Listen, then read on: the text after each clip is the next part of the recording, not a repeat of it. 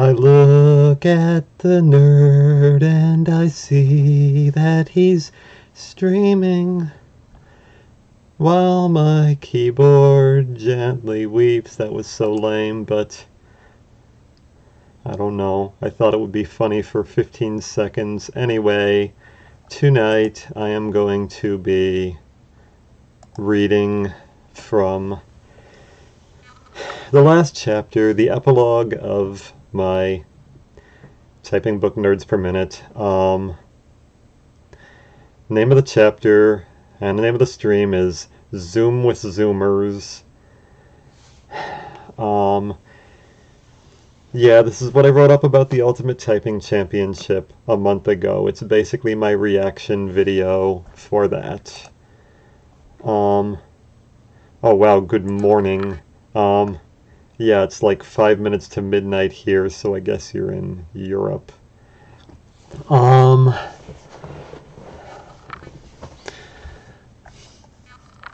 For my chapter quote, I try to have a funny chapter quote for each chapter. This is what happens when you put 200 autistic people in a live chat on YouTube, and that was YouTube commenter SoWord Nitro Typist from the live stream chat, which I read several days after the event. Okay. In July 2020, as I was finishing up the second half of this book, Das Keyboard announced that they were launching a second Ultimate Typing Championship. Once I knew this event was happening, it became clear to me that this would complete the arc of my book, whether I won or lost. If I lost, it would enable me to cover the complete history of my success in typing, but if I won, a defense of my previous UTC title 10 years later against an entirely new cast of competitors would show my ability to dominate against multiple generations of typists. Either way, there was a seeming finality that this tournament would represent, especially because I steadily lost interest in typing competitively as the decade progressed, even though by the end of the decade I had gained a lot of interest in typing history. I had already sensed that my era of dominance was coming to a close after most of my top speed records had been overtaken, and especially after Czech beat me in the Clicking Championship in 2019. I knew that this would either be my last great triumph or a passing of the torch, but it wasn't initially clear to me which would be the case. Before the tournament semifinals had even finished, that had made itself clear, although I was the most successful typist pretty much for the entire 2010s. With a new decade came the official coronation of my eventual vanquisher. Hi. The 2020 version of the UTC had numerous differences from the 2010 event. Since 2020 was the year of the coronavirus, UTC 2 was held remotely via a Zoom chat, unlike UTC 1, which was a live event at a public convention. Since the Das Keyboard officials wouldn't need to fly anyone, they were willing to expand the pool of eligible typists widely. In the original contest, typists had to be 18 years or older and a resident of the 48 contiguous U.S. states, but now it was open to anyone 13 years or older in the world. A lot of people who entered met the new criteria, but not the original ones, including my finals opponent. The old guard, meanwhile, was starting to be left behind. Only 3 typists who made it out of the qualifiers in 2020 would have been even old enough to make it in 2010, and both of them besides me only qualified as alternates after other typists dropped out. In the qualifying rounds for UTC2, players were now ranked based on the average of their 30 best races during a 1-week period, unlike UTC1, where rankings were determined by each typist's best individual race. Most players attempted hundreds and some even attempted thousands of races to maximize their averages. Unlike UTC1, where only 6 typists advanced to the next round, this tournament was designed so at the top 25 all advanced to a series of elimination rounds all held on the same day. Unlike in 2010, when typists competed online in the semifinals using a buddy system where they trusted each other not to cheat, typists were now required to show either a webcam displaying their face or their keyboard to ensure they weren't cheating. Even though I don't think anybody cheated at any point in the 2010 contest, it's understandable they placed substantially more emphasis on this than they did last time. Their TyperX site, which hosted the competition, was badly overrun by cheaters in the decade between the two contests. While cheating methods evolved considerably throughout the 2010s, the tournament was being held entirely online with no real-life component, and the stakes were considerably higher. While the second-place finisher won $500 as before, the first prize jumped from $2,000 in 2010 to a staggering $5,000 in 2020. making this the second most lucrative typing tournament in history when unadjusted for inflation, behind only the 1991 Keytronic World Invitational Type-Off in Las Vegas. Just as in the original contest, the UTC competitors used TyperX, the site launched by DOS Keyboard's parent company, Metadot Corporation. However, the site was very different from its original 2009 format, and I would say it didn't work as well. While the original TyperX functioned very similarly to TypeRacer, the new version had much more of a NitroType aesthetic. This makes sense since NitroType did overtake TypeRacer to become the most popular multiplayer typing game in the US in the intervening period. Like NitroType, the game now boasted a point system, a mechanism for creating teams, a more flashy and ornate visual aesthetic, and robots configured to match the user's speed. Although in TyperX, the robots will let you win if you are close enough to them in speed, unlike NitroType where they will not. However, typists with more experience on NitroType than TypeRacer, like Brandon VL, argued that despite being more aesthetically similar to NitroType, that the game itself more closely matched TypeRacer. I can see his point because the site forces you to correct your errors, which TypeRacer does, while 10 Fast Fingers and NitroType do not, and it does not allow you to skip words by activating nitros like NitroType either. The problems with the new TyperX interface was that it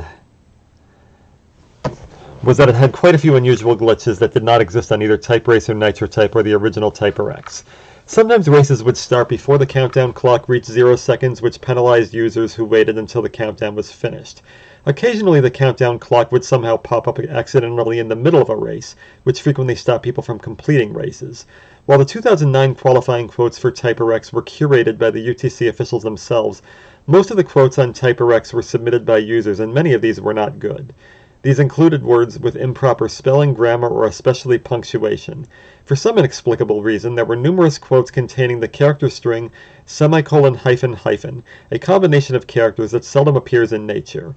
The font was harder to read than on many other sites as well. There was also significant lag that caused many users to lose 10 words per minute or more at times, which was noticeably larger than the server lag on some other sites. Occasionally, the site registered a completed race twice. There were also fewer methods to correct errors. While TypeRacer allows you to use hotkeys like Control Backspace and Shift Home to select large chunks of text for deletion, TyperX's only method for erasure besides backspace was Control A, the Select All function. This didn't work when the caps lock was on, which was particularly annoying to me because I use it to type regular capital letters, and I frequently mistimed the start of races, which caused me to make errors on capital letters a lot. Getting good scores on the qualification round felt like dancing on a landmine. Admittedly, most of the more notorious errors were fixed by the day of the finals, but even that late, people were usually posting speed averages 20 words per minute below their TypeRacer average and 30 words per minute below their NitroType average. Qualifying proved to be quite the challenge, although probably not in the way they anticipated it would be a challenge.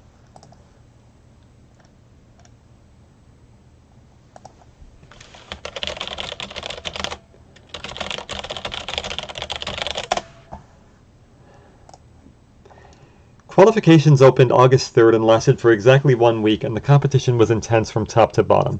I started competing immediately when competitions opened, and got a 180 words per minute average on my best 30 races, leading the site on the first night. As it turns out, that wouldn't have even qualified to make the top 25 by the end of the week, because the 25th place score rose to 181 words per minute by that point. I was guessing the qualifying threshold would be 178 words per minute, which basically turned out to be correct after some of the top 25 users dropped out. A couple days later, Czech spent a grand total of 1 hour on the site all week and rapidly completed 63 races with an average speed of 200.0 over his fastest 30 races. I believe he was already averaging 200 before I posted a single 200 on the site. Izzy emerged a bit later and took the lead on the leaderboard with an average of 203.3. Czech couldn't mount a comeback because he lost power in Tropical Storm Isaias for a couple days, but he didn't even bother. He was already a lock. At that point, Eric Trider and I were usually alternating third place. However, on the last night, a few hours before the qualification period ended, I decided to make a bid for first place while Izzy slept in Israel. It took about 400 races over 2 or 3 hours, the vast majority of which I bailed out of, for me to obtain an average of 203.5 words per minute to lead the leaderboard. I took ultimate control less than an hour before the qualifying round ended.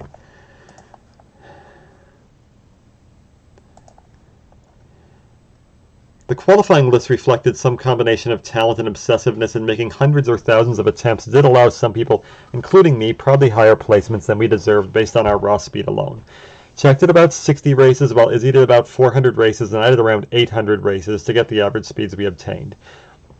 The fact that it took me so much longer than them to break into the 200s was not a good sign, when you consider that I usually had the fastest average speeds on Type Racer, although top speeds played a major role here as well, and Shaq passed me in top speed a long time ago. However, I knew I'd do better in actual competition than I did in this round. Shortly before the qualification round began, my mom spilled some soda in my Logitech K270. The keyboard wasn't destroyed per se, but the caps lock, left shift key, and A were less responsive, so I decided not to use it for the qualifying round. I've used several of that brand of Logitech over the past several years, but they tend to wear out in a year or less. Since I knew I was presumably going to win a DOS keyboard shortly, I decided not to buy a new keyboard to qualify with. I instead dug out a Dell keyboard that came with my newest computer and used that instead. I was definitely slower on it because it was a rubber dome keyboard, and I have always found the keys on those to be too slippery and not firm enough for my taste. I definitely would have been better on my usual keyboard. By contrast, Czech and Izzy were using their usual keyboards. I figured I'd be more consistent once we were all typing on the same model of DOS keyboard, and I was right about that too.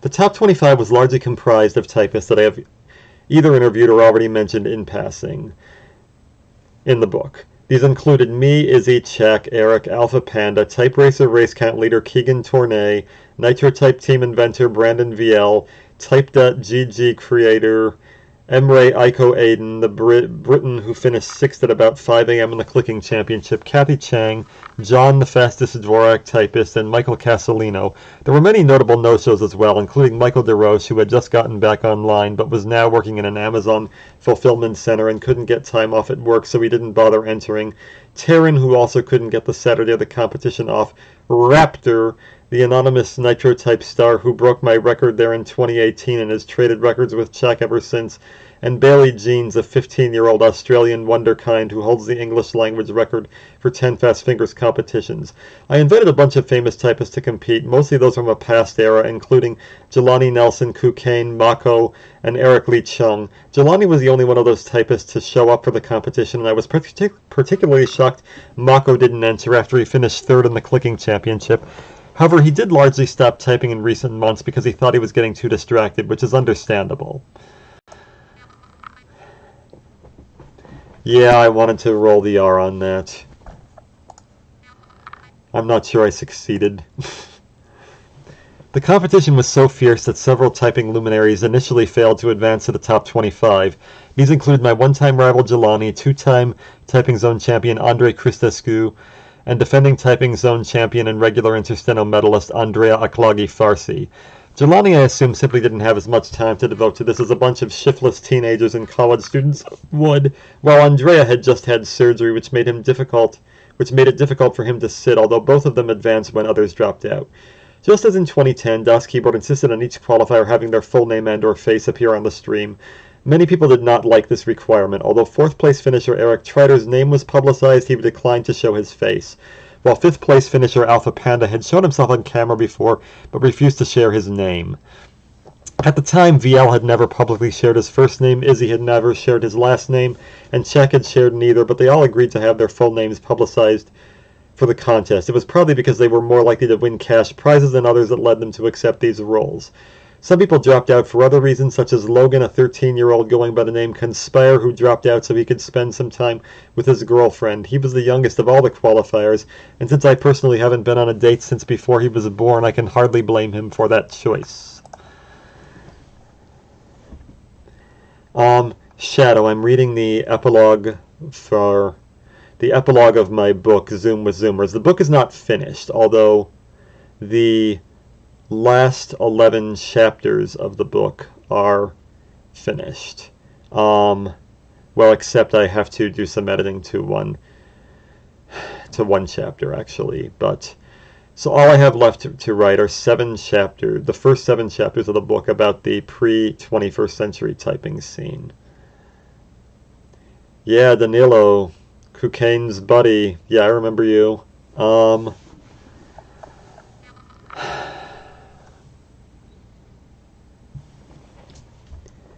I intended for it to be a physical book. It's going to be about 500 pages. I have already written about 330 pages already. And that doesn't even count the appendices and stuff. I imagine a lot's going to have to be cut. I want a conventional publisher, and I want a serious editor who can help me edit out the excess. Because I'm not entirely sure what's good and what's bad. It's hard to tell that when it's you. But I haven't really applied. I haven't really applied to publishers yet. I applied to a couple publishers and got turned down.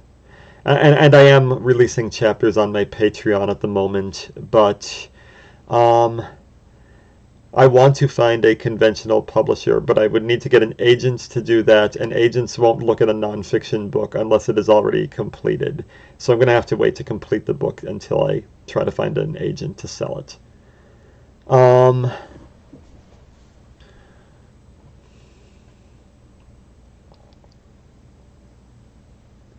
My main intentions, I don't know what you mean by that. I have no idea what it's going to cost. I mean, it's going to depend on whether I get a conventional publisher or whether I self-publish. I could probably sell it for a lower cost if I self-published, and I may end up doing that, but I want to see if I can get a conventional publisher first.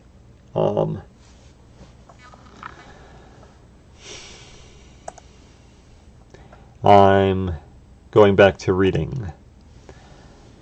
All those typists who remained in the contest received an identical DOS keyboard professional keyboards, either the regular keyboard with blue switches or the silent keyboard with brown switches. I chose the browns. Those who dropped out before a certain date forfeited the keyboard, while those that dropped out after they received their keyboards got to keep them. 5 of the original 25 typists dropped out, allowing the typists from 26th to 30th to advance, including the aforementioned Jelani and Andrea. I was happiest for the 30th place finisher, Jesse Garcia, who entered over 9,000 races in a single week to maximize his score and worked far harder at this than anyone else. Had he not been rewarded for such a Herculean effort, it would have been tremendously disappointing. When Eric Conspire and 3 other competitors dropped out after the deadline, some other competitors from outside the top 30 were added. These included American computer science undergrad Matthew Yang and Russian typist Artem, who went by the username Supreme. These were not the highest ranked typists outside the top 30. Matthew was 38th and Supreme was 43rd, but they were chosen over higher ranked typists because they responded to DOS Keyboard's invitations more quickly. Matthew in particular would go on to become the tournament's biggest Cinderella story.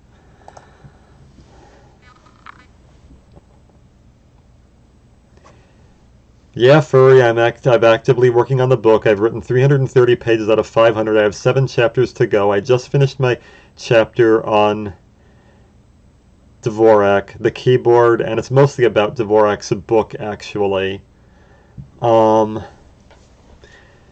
Yeah, I just finished the chapter on Dvorak, and I talk a little bit about the other alternative keyboard layouts, the Blickensderfer, the Colmac, and a couple sentences about some of the others.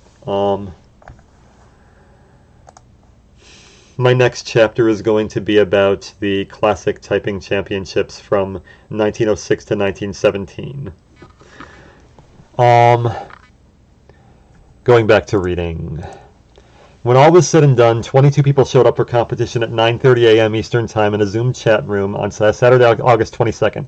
I had never used Zoom before, and I tended to associate it with successful businessmen holding transnational conference calls, and I was the polar opposite of a businessman. While I had talked on Skype once or twice, video chat still wasn't natural to me like it probably was to all the other players. DOS Keyboard ideally wanted each qualifier to have 2 cameras, one displaying the typist's face and one displaying the typist's fingers on the keyboard. I only had one webcam, but they sent me another for the other view. However, it didn't arrive in the mail until the contest was almost over, and I was unable to accommodate a dual camera setup before the contest ended. As a result, I only had a keyboard cam throughout the event, while most others had face cams. I was also worried the streaming of my keyboard recording would interfere with my typing by causing my races to lag, a problem I had encountered many times before. So they let me plug my webcam into my laptop and stream with one computer, while I typed on my desktop, and it worked out okay. I wore the exact same outfit from the 2010 contest, the DOS Keyboard shirt I received there, the scuzzy pair of beige shorts, and I even dug out my name tag from the South by Southwest conference to complete the look. My hair was even longer, and my beard was even thicker and more unkempt than last time. But nobody really cared this time, both because I was on screen for a much smaller percentage of the time, and because it doesn't look like the new video is going to even come close to matching the popularity of the original 2 videos. You can read my book on Patreon. If you subscribe to my lowest tier, which is $2 a month, you can read all the chapters that I've released so far. And if you subscribe to my highest tier, which is $15 a month, I will mention you in the acknowledgement section in my book and send you a signed copy when I do release it. I've been really bad with my middle tier, which is $6 a month, because I haven't really provided my silver tier members with a lot beyond just the chapters. I always release my YouTube videos like a day or two in advance for my middle tier members, but that's about it. I need to have more content for my silver members at the moment. Oh, and if you subscribe for a gold membership on it, I will analyze your typing style, what your fastest and slowest keystrokes and words are. I got a couple new gold subscribers. I've got a couple people to do first, which I'm probably going to do tomorrow. Going back to reading. The contest consisted of 4 rounds. An 8th finals where the group of 22 typists was reduced to 10, a quarterfinals where the group of 10 typists was reduced to 4, and a semifinals and finals as usual. In the first round, the typists were split into 4 groups competing simultaneously and typing the same text. The initial rules were that the 8th finals would be split into 5 groups with the top 2 finishers in each group advancing, but at the last minute the number of groups was reduced to 4 while they decided to rank all typists from best to worst on each quote across all the groups. Scores were determined by speed times accuracy, so if 2 typists posted the exact same speed, the more accurate typist would score more points. Since almost everyone's accuracy was above 97% in most races, this decided very little. In the qualifying round, there was a lot of gamesmanship because the initial rules stated that the 1st, 6th, 11th, 16th, and 21st ranked players would be in one group, the 2nd, 7th, 12th, 17th, and 22nd in another, and so on. Because most people expected Group 1 to be the strongest, people tried as much as possible to avoid being in that group, because people expected only the top 2 finishers in each group to advance. Once they decided this would be based on overall speeds instead, that no longer mattered. However, the drawback here in theory is that people in different groups wouldn't technically know each other's scores or be able to adjust to them. In actuality, everyone was blabbing their scores to each other in the private group on our Discord chat room between races, so everyone knew what was going on, even if we weren't technically supposed to. Every round consisted of an aggregate score of 5 races. For the first round, players scored points from 25 to 4 based on their speed times accuracy scores, with the best typist in each quote scoring 25 points and the 22nd and last place finisher scoring 4, because it was designed for 25 players. The quarterfinals were scored similarly with a point scale of 10 to 1, while the semifinals had a point scale of 4 to 1, and the finals had a point scale of 2 to 1 for each race.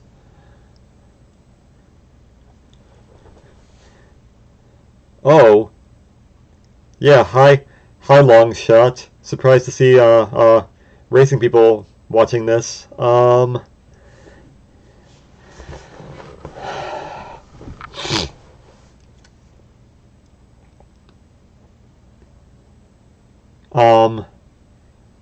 Yeah, 20 words per minute. 20 words per minute in a month is kind of insane. I thought Czech improving 10 words per minute in 3 months was insane. Recommendation to practice touch typing for programmers. I don't think typing really matters much for programming because almost nobody can come up with lines of code faster than they can type. And if you do try to code that quickly, it's just gonna screw you up because you're going too fast to process the kind of operations you're doing, and your code will just have to be scrapped later. 70 words per minute is not slow. I don't think so anyway. I mean, 40 words per minute is supposedly the global average. I acknowledge that Zoomers are a lot more obsessed online and on computers than people in previous generations. You guys are a lot nerdier on average than we are, a lot more likely to use computers earlier than we were. So maybe the average for you guys is higher than 40, but I doubt it's as high as 70. Kevin, I already said 20 words per minute is quite a bit to gain that quickly. Yeah, hi Josh. I don't stream much. I should have done this hours ago, but it took me forever to finally do the line edits to the chapter. I uploaded the chapter on my Patreon several weeks ago, before I'd even proofread it. Like, one person who did read it, who was subscribed to me, noticed that I accidentally wrote left shit key instead of left shift key. That was funny. Oh yeah, learning the symbols. Yeah. Well, the semicolon is probably the most important symbol in programming, and that's on the home row, so everybody should know where that is, even though that's a stupid place to put the semicolon. And I'm a QWERTY defender, and that's a stupid place to put the semicolon.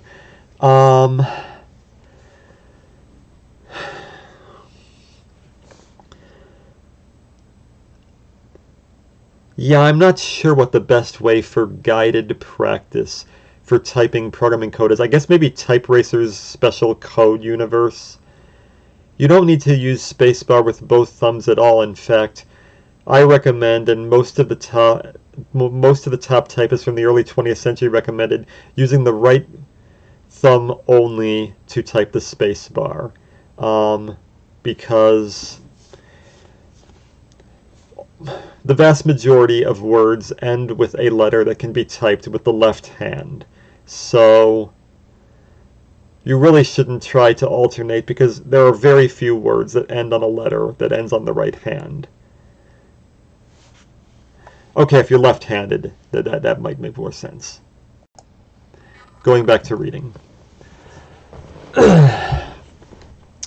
Before the morning's round of 22 typists would be reduced to 10, we had a virtual round table with the DOS keyboard officialdom. Each typist was asked to share their name, age, hometown, and a fun fact about themselves. True to form, I use that as yet another opportunity to promote this book. The typing scene has considerably evolved demographically even in the past year or so, since the events I covered in the Ascent of the Gamers and Season of the Twitch chapters. Ascent of the Gamers was... Alright, this is not in the book, but I'm providing context. Ascent of the Gamers is where I talked about the typists from the next generation after me, starting with Michael DeRoche and finishing with Czech.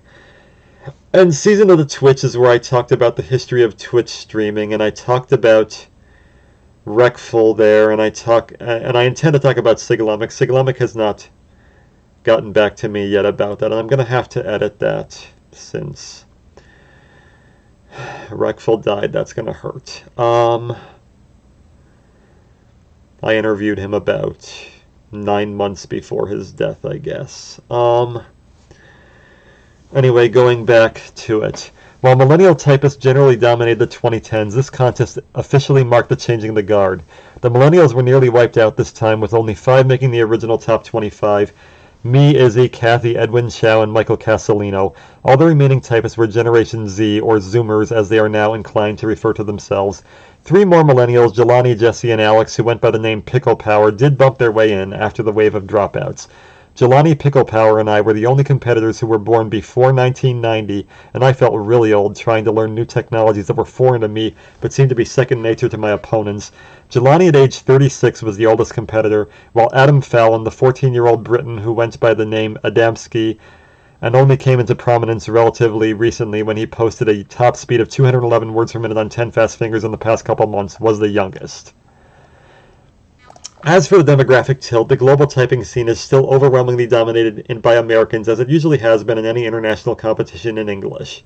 The original 25 qualifiers consisted of 15 Americans, 3 Canadians, 2 Brits, and 1 typist each from Israel, New Zealand, Norway, the Philippines, and Poland. The actual 22 competitors, by contrast, were actually even less diverse, as the Norwegian, Filipino, and Polish typists all dropped out, and the American and Canadian contingents decreased by 1 and were replaced by 1 Italian, Andrea, and 1 Russian, Supreme. Disappointingly, only 2 women ended up qualifying, although since one of them was Kathy Chang, she had great potential to advance. It was also disappointing that every realistic contender was either of European or Asian ethnicity, since it didn't look to me like Jelani Nelson was going to advance, and no new black typist has really taken his place in the decades since. Okay, back to the comments.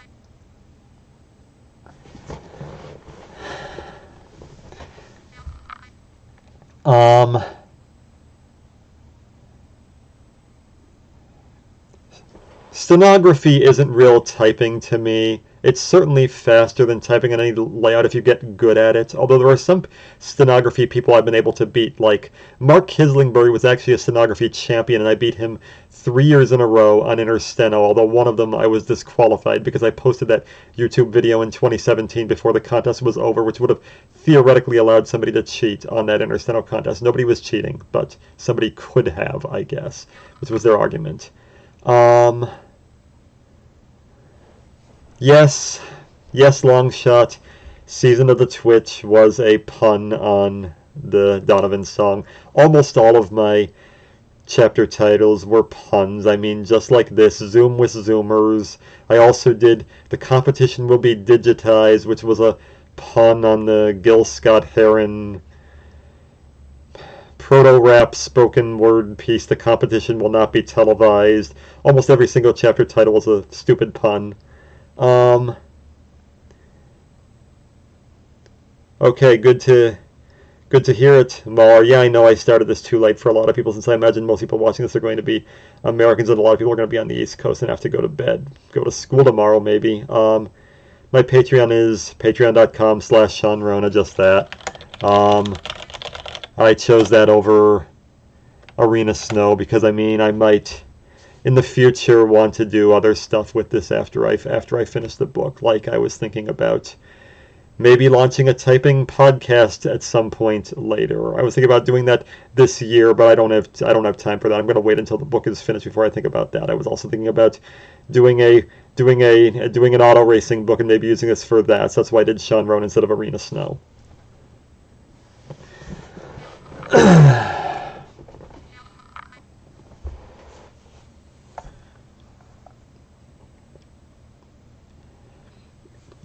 Yeah, Alistair, I think that would be interesting, a typing podcast, especially since it seems like typing YouTube is really taking off with all these new people uploading all these videos, like Titanium Tendons and Speed Typing and Penguin Typer. I haven't watched a lot of those guys' stuff, but I've watched some of all of them.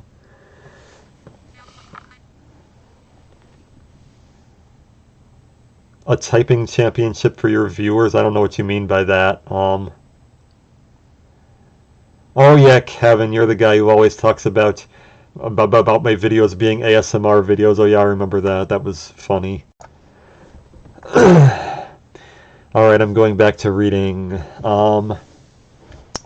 Because I've always been a stats guy, I tried to come up with ballpark estimates for what I thought the outcomes would be, while nobody else really tried to make such elaborate predictions. I gave Czech a 50% chance of winning, myself a 35% chance of winning, Izzy a 10% chance, Eric Trider a 2% chance, which I failed to adjust after he dropped out, Kathy a 1% chance, Viel a 1% chance, and the field, all typists other than those I named, a 1% chance. I predicted the first 6 of those names to advance to the top 10 along with Eric. Alright, I've got some water here. I gotta drink some water. Both British typists, Aiko, who had already proven himself in the clicking championship, and Adamski, the 14-year-old wonderkind, and an American teenager named Angelo. I assumed because Czech, Izzy, and I had dominated all week that we would all advance to the semifinals, but I had no clue who the 4th would be.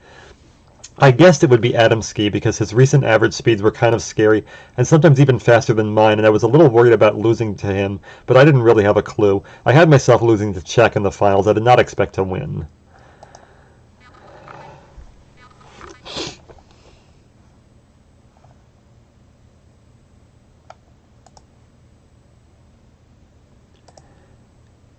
Oh yeah, I don't know. DOS Keyboard says they're going to have another contest next year. I don't know. It seems they got back into it after the Clicking Championship in 2019, after John, the Dvorak guy, got them to sponsor them. John, if you don't know, the Dvorak guy, he interned for DOS Keyboard in the summer of 2019, and He lives in Austin, where Das Keyboard is headquartered, and he managed to convince them to sponsor the Clicking Championship in February of 2019, which was Czech's first big win, and that seems to be maybe what inspired Das Keyboard to decide to do another typing championship. I did not say anything about launching a typing championship myself. I don't have nearly the programming skill or aptitude for that. I mean, I've done some programming, but not enough to be not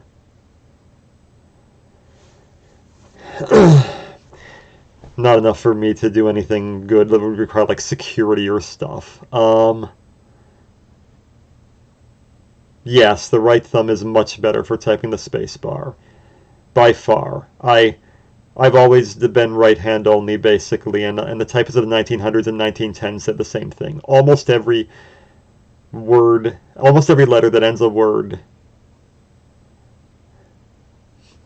almost every word that ends with a letter that can be typed with the left hand on QWERTY. That is why you should always use your right hand to space, unless maybe you're left-handed. No, I do not have my own Discord server.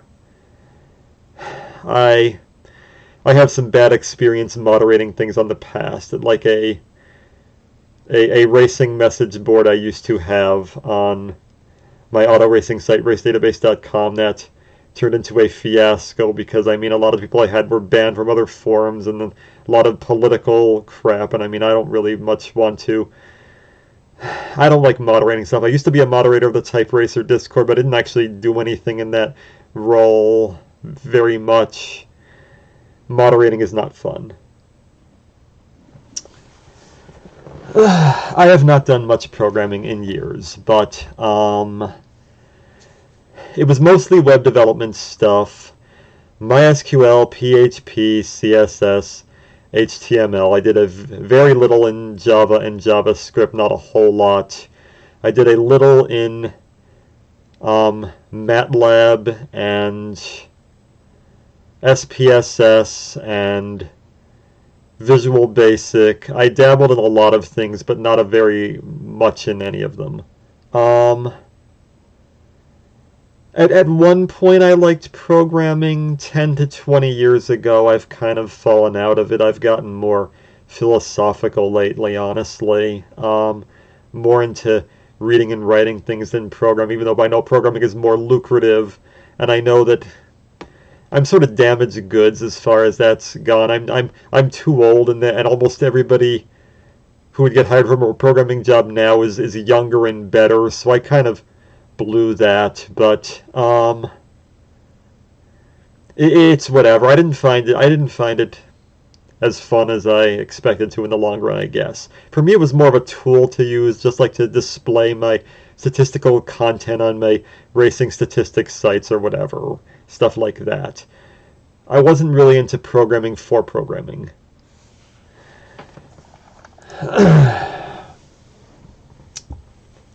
Alright, I need another swig of water.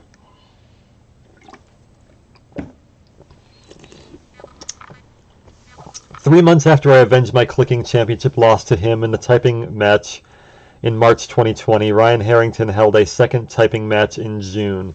Izzy and I both sat that one out, but Czech decided to compete anyway and easily won because he had no real competition. What startled me is that Czech had increased his average speed substantially in the 3 months in between. In March he had an average speed of 180 words per minute for the entire tournament, but by June he had suddenly increased this to 191 words per minute. I quietly made a comment on the Discord for that contest that I was glad I hadn't entered. The sample sizes for both tournaments were fairly large, as they both consisted of between 50 to 100 matches for the top players. Although I myself had averaged 184 words per minute in March, the gap between his June score and my March score was greater than my advantage in March had been. Besides the clicking championship loss, I had also shown other relative signs of weakness in the past year, losing the Intersteno Mother Tongue Typing Championship for the first time since 2014, having the German typist Josh post a faster 1-hour typing speed on the new site Monkey Type, although he wasn't entered in the competition, and losing another Intersteno competition to a Czech teenager last fall. All these things scared me, and I thought a lot of people were overlooking them when making projections for this tournament. Another key difference is that the two typing matches were held on TypeRacer, but the typists see quotes that they had already generally typed on before. Unlike this match, where the quotes would generally be new, I think a bit of my advantage over Czech in the past was simply that I was more experienced on some of these quotes. When TyperX forced the typist to type unfamiliar quotes only, this takes away the ingrained advantage I had from growing up on TypeRacer. There's also the fact that he is 17 while I am 35, and it is easier for a young typist to gain speed quickly. A growth speed of 10 words per minute in 3 months is plausible for a teenager, but not really for someone in middle age. I also thought the fact that the site was arguably more similar to NitroType than TypeRacer would also benefit him, and to a lesser degree VL, since they have a lot more recent experience there than I do. Additionally, the fact that I had to adjust my correction style and probably had an inferior computer setup for simultaneously competing and recording probably also hurt me. The weakness of my computer's processing power is even starting to become a joke amongst many other people who watch me on YouTube. I never really learned how to build a computer from parts, while Czech, for instance, said in the TypeRacer Discord that pre-built computers were a meme, implying that anybody who bought packaged computers from stores was misguided. As usual, I had the eccentricity of the previous generation of nerds while lacking the talent of the current generation. I fell off the cutting edge before a lot of them were even born. That wasn't a good sign either.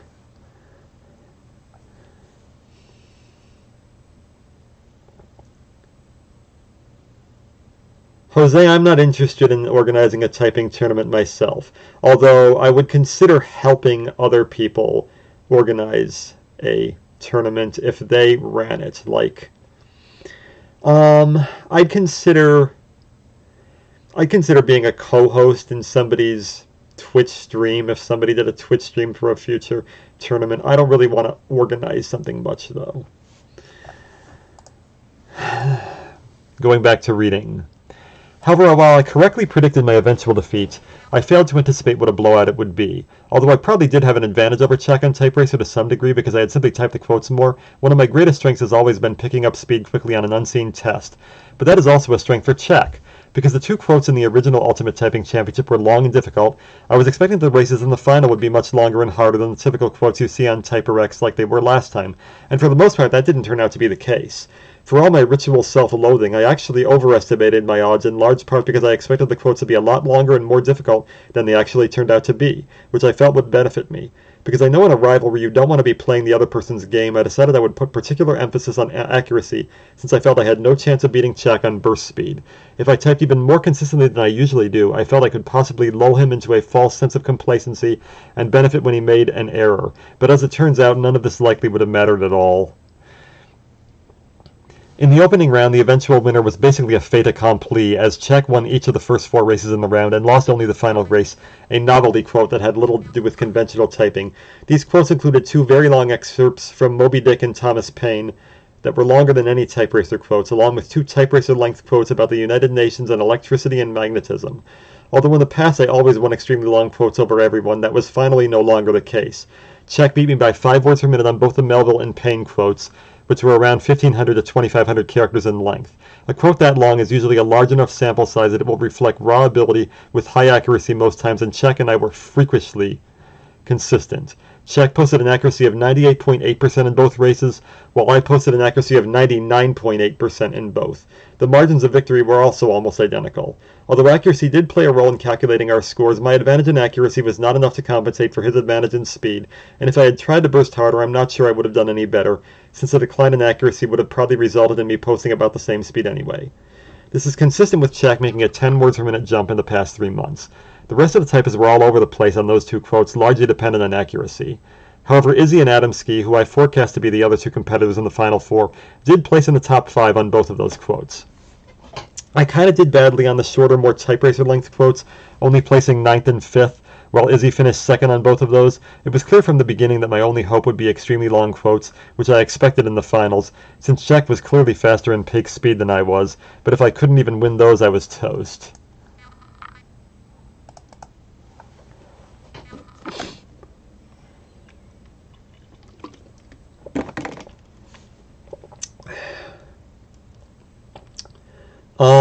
Yeah, Josh, I am still using the I probably can't even lift it up here. I'm trying to lift it up. It's not appearing. Oh yeah, it is. Yeah, yeah. Um, yeah, I'm still using the DOS keyboard. They are they are brown switches, silent. Oh, Furry already answered that. Hey Elder. Yeah, reconnecting. If I had been really intense, I probably could have sustained my dominance a bit longer, maybe enough to make it through here, but I mean, the Nitro type people were always way more obsessed than I ever was, doing hundreds of races a day or whatever. I mean, and they were also typing as teenagers. None of the millennial typists really were because there weren't typing sites then, basically. So it was inevitable that people from this generation would overtake me. I mean, I'm just surprised I lasted as long as I did. Um, it doesn't take me very long to get used to a new keyboard, unless it's a laptop keyboard. I suck on laptops or rubber domes. I'm always yucky on rubber domes.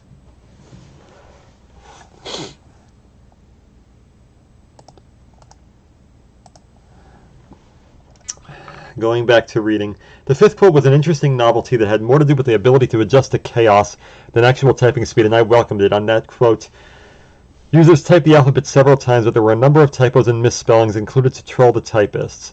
The F and the G and H are reversed in the first phrase, along with a duplicate F and an N being replaced by an M.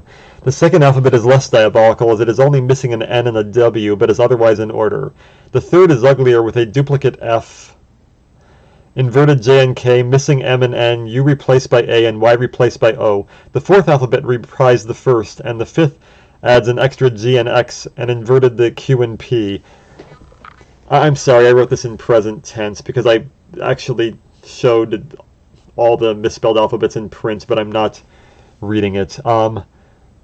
The last one finally had all the letters properly listed in order. In addition to the typos, some of these alphabets were typed in uppercase, some in lowercase, and some required a switch from one to the other. It was nasty and arguably unfair, and the result of this test pretty much came down to who was clever enough to figure out that the text didn't actually consist of the alphabet 6 times in a row. I was happy, though, because I had a lot more experience typing text with typos than any of my fellow competitors had, because I typed on Fast 140, the game where users typed random illiterate tweets, and Eurocore, the Russian site which had the test that transposed all the letters in between the first and last letter. As a result, I won that by a huge margin with a speed of 100.6 words per minute and an unexpectedly high 98.2% accuracy. Czech still finished second at 72 words per minute, but nobody else was even close. My last hope was that there would be more strings of random garbage to type in future rounds to separate the wheat from the chaff, but alas, it was not to be.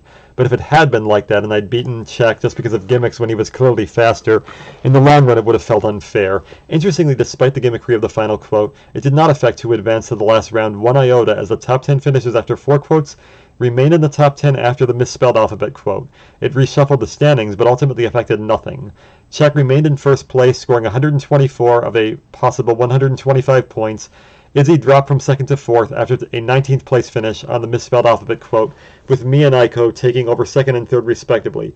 7 of the 9 people I predicted to advance, ignoring Eric's dropout, took the top 7 positions, with Kathy and VL tying for 5th and Adamski placing 7th.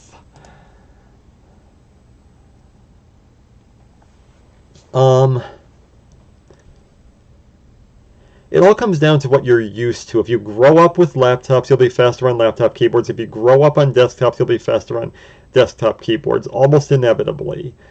I couldn't afford laptops as a kid. They were way more expensive than desktop computers at the time, I think. And when I was a kid, I mean, my uncle just sent hand-me-down computers in the 90s and 2000s. When he was done with a computer, he would send it to us. I couldn't afford to buy computers, so I mean, I always had desktops and I always had desktop keyboards. I was not used to laptop keyboards, and I never really figured out how to mount a laptop properly. And no, you probably shouldn't switch, because switching is slow for everybody. I mean, the reason Izzy did not make the Final Four when everybody expected him to was because he had to switch from a laptop keyboard, which he regularly uses, to a desktop keyboard for this type contest. That's why he didn't advance.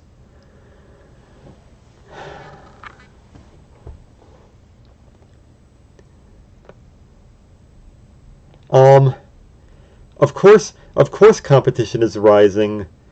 Reconnecting. I mean, the nitro type typists especially are intense. Yeah, I mean, Jelani Nelson lasted on top about a year before me. Eric Chung lasted about 6 years. Me lasting on top for like 10 years was insane. I mean, I'm happy to pass the mantle, especially because there's other stuff I want to do now after I finish the book.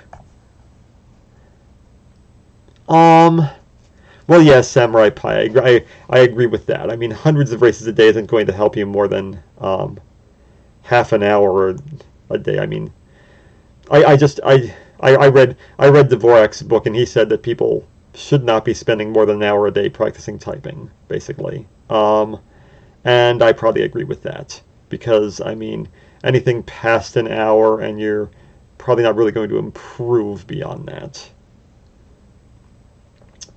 The first time I hit 100 words per minute was on the 1985 DOS application, CPT Personal Touch Typing. That came out the year I was born, and my first 100 was a 108 words per minute result in 1995 when I was 10 years and 4 months old. Yes, Dvorak was a very prolific author and wrote a 500-page book with 3 other co-authors called Typewriting Behavior. It's pretty great. There's some awful stuff in it, but it's pretty great, and I find the book more interesting than the layout, because I think he was erroneous about a number of the aspects of his layout and how he set it up, particularly believing that all the most frequently used keys should be on the home row, which I don't believe. But a lot of the other material is more interesting. He anticipated some of the things that I advised, but nobody before me had advised, like decades before I was born. He was decades ahead of his time in a lot of ways. But not so much on the layout. I mean, he was not the first person to have an alternative layout. He was not even the first person to have an alternative layout that had the most frequently used letters on a single row. That was the Blickensderfer keyboard. Yes, Top Dash, I'm that Sean Rona. There are only 2 of us. Back to reading. The other 3 typists were a surprise. 8th place went to Matthew Yang, the computer science major at Georgia Tech, who only placed 38th in the original round before garnering a last-minute alternate spot after a few locked-in typists had dropped out technically after the deadline for dropouts had passed. During the tournament's livestream chat, he was briefly the overwhelming crowd favorite. Because of the similarity between his name and that of failed Democratic presidential candidate Andrew Yang, people shouted "Yang Gang" at him nonstop for half an hour, and one person joked about when he was going to receive his $1,000 a month. Most of us generally avoided the chat while competing. I didn't even read it until days after the contest had ended, but Matthew was the main exception as he interacted with them a lot more, which no doubt partially explained why he was their hero. He definitely blindsided me, as did James, who went by the username TyperUnknown, and Alex, who went by Pickle Power. Alex did not surprise me as much as the other 2, because he and I had talked in private Discord chats about how he was going to focus extra hard on accuracy, because he anticipated that several typists who were faster than he was would likely make mistakes, and he thought that might allow him to back into the top 10, which was his goal. This probably influenced my own strategy as well, but as I said, I don't think my conservatism was responsible for my loss. The original round of 22 did not appear on stream, but the quarterfinal round of 10 was streamed at 1 p.m. Eastern. After several minutes of background music, which one typist who narrowly missed qualifying hilariously dubbed the smooth jazz of metal, the stream finally began with a title card with the Ultimate Typing Championship thanking its sponsors, only the word was misspelled SPONSERS. That was the first of several gaffes that appeared in the video, which also included misspelling my username Arena Snow as Arius Snow, and accidentally posting the biographical information for Ardian, hi Ardian, a typist representing George Mason University's esports team who failed to advance, in the section about Pickle Power. Clearly there probably should have been longer time intervals between each round to give the officials more time to organize things and catch their mistakes. Although there were some people who viewed this as a sign that the contest lacked professionalism this time, I didn't really care. I was amused more than anything. This is not anything to get indignant about, particularly in the middle of a pandemic and recession, in a time period when a lot of people are going to be evicted from their homes. Have some perspective, folks. I suspect the coronavirus pandemic was part of the problem here. It's obviously much harder to coordinate things with the same aplomb when you have to primarily focus on social distancing. Hey, at least it was memorable.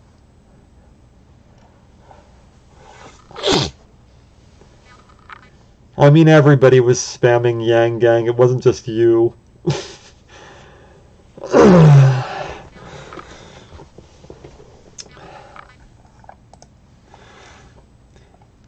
Each of the 10 typists to advance were listed with their full names. Some people did not want their full names broadcast on the internet for obvious reasons, but for the most part, the people who had a strong shot at winning one of the top 2 cash prizes were willing to go for it. I haven't been private for a very long time, so I didn't care, but we finally learned several typing stars' full names in connection with this contest. Czech's real name is Anthony Ermelin, but I will still be generally referring to him as Czech. Izzy's real last name is Aroetti, but he had been using Elbaz for years because it was the maiden name of one of his female relatives and he didn't want to be traced.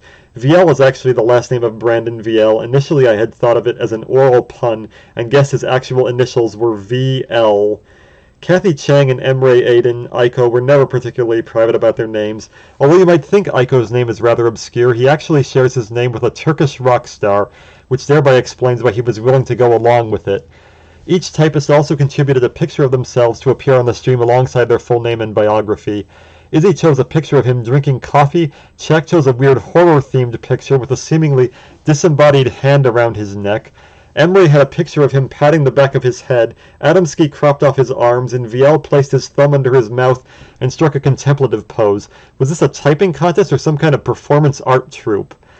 I did not go to nearly as much effort. I haven't even had a picture taken in years except while streaming, so I just chose a picture from my grad school graduation in 2008, which was before even the original UTC took place. It was probably my best looking picture in my adulthood, so I tend to still use that now rather than shaving my grotesque beard like a normal person. Nico Borst reprised his role as host of the livestream from the Clicking Championship, but although he did a good job, it wasn't nearly as memorable. Nico and Taryn in the Clicking Championship basically had an all-night stand-up routine going, but without Taryn there it wasn't as electrifying.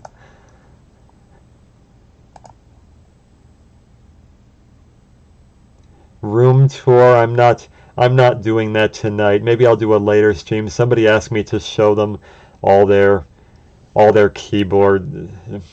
Sorry, somebody asked me to show all my keyboards on a later stream. I might do it then. Although my room is way too messy. Anyway, and I mean people are making funny of that.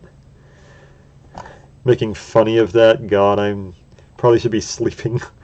But I'm still only about half done with the chapter.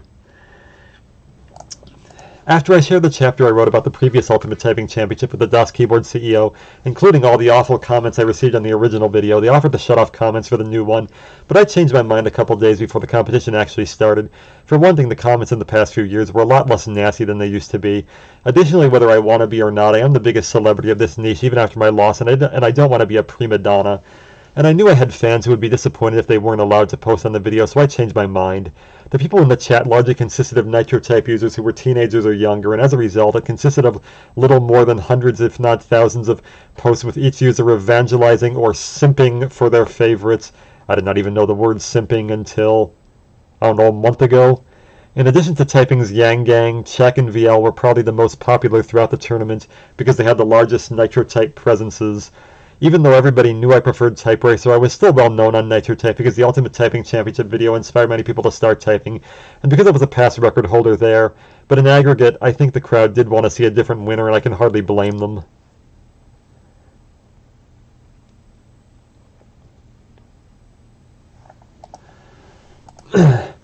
A lot of the chat was a generational rift between the preteens who monopolized it and a couple of middle-aged professionals named John Woo and Jenny M.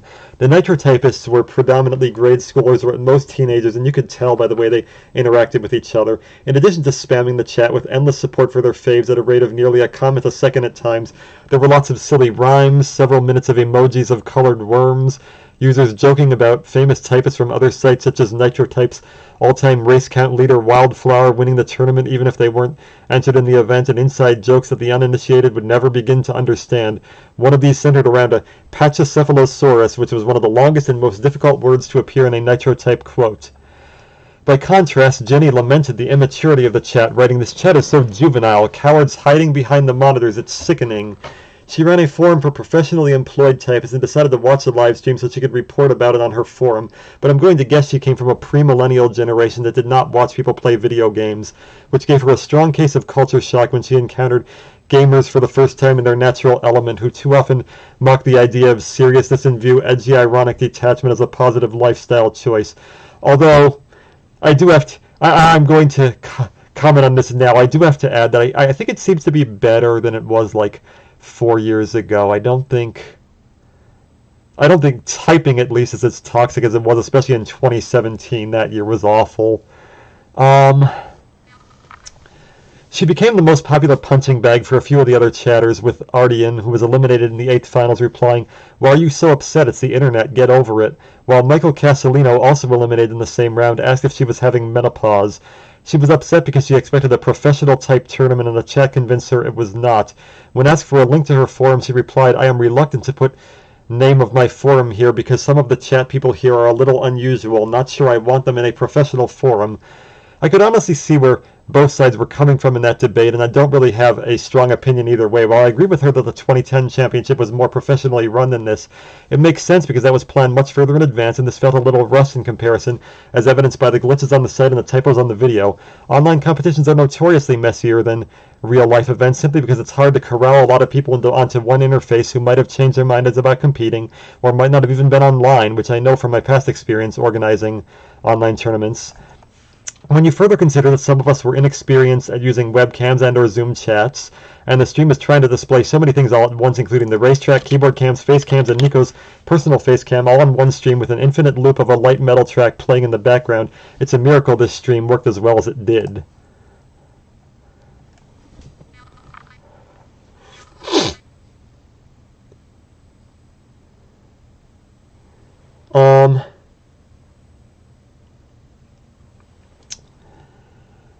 My goal is to finish the book by December 30th, December 31st. I've been releasing one chapter every half month, and so I have 7 chapters left. So that'll be September 30th through December 30th. Yes, speed typing. I mentioned that I was thinking about someday doing a typing podcast, and it seemed like it might be the time for something like that because typing YouTube seems to be taking off with your stream, with your recordings and Titanium Tendons and Penguin Typer, and I'm not sure who I'm missing there, but going back to reading. However, I suspect Jenny reserved her main criticism for the other people in the chat, which seems to be more of a generational clash.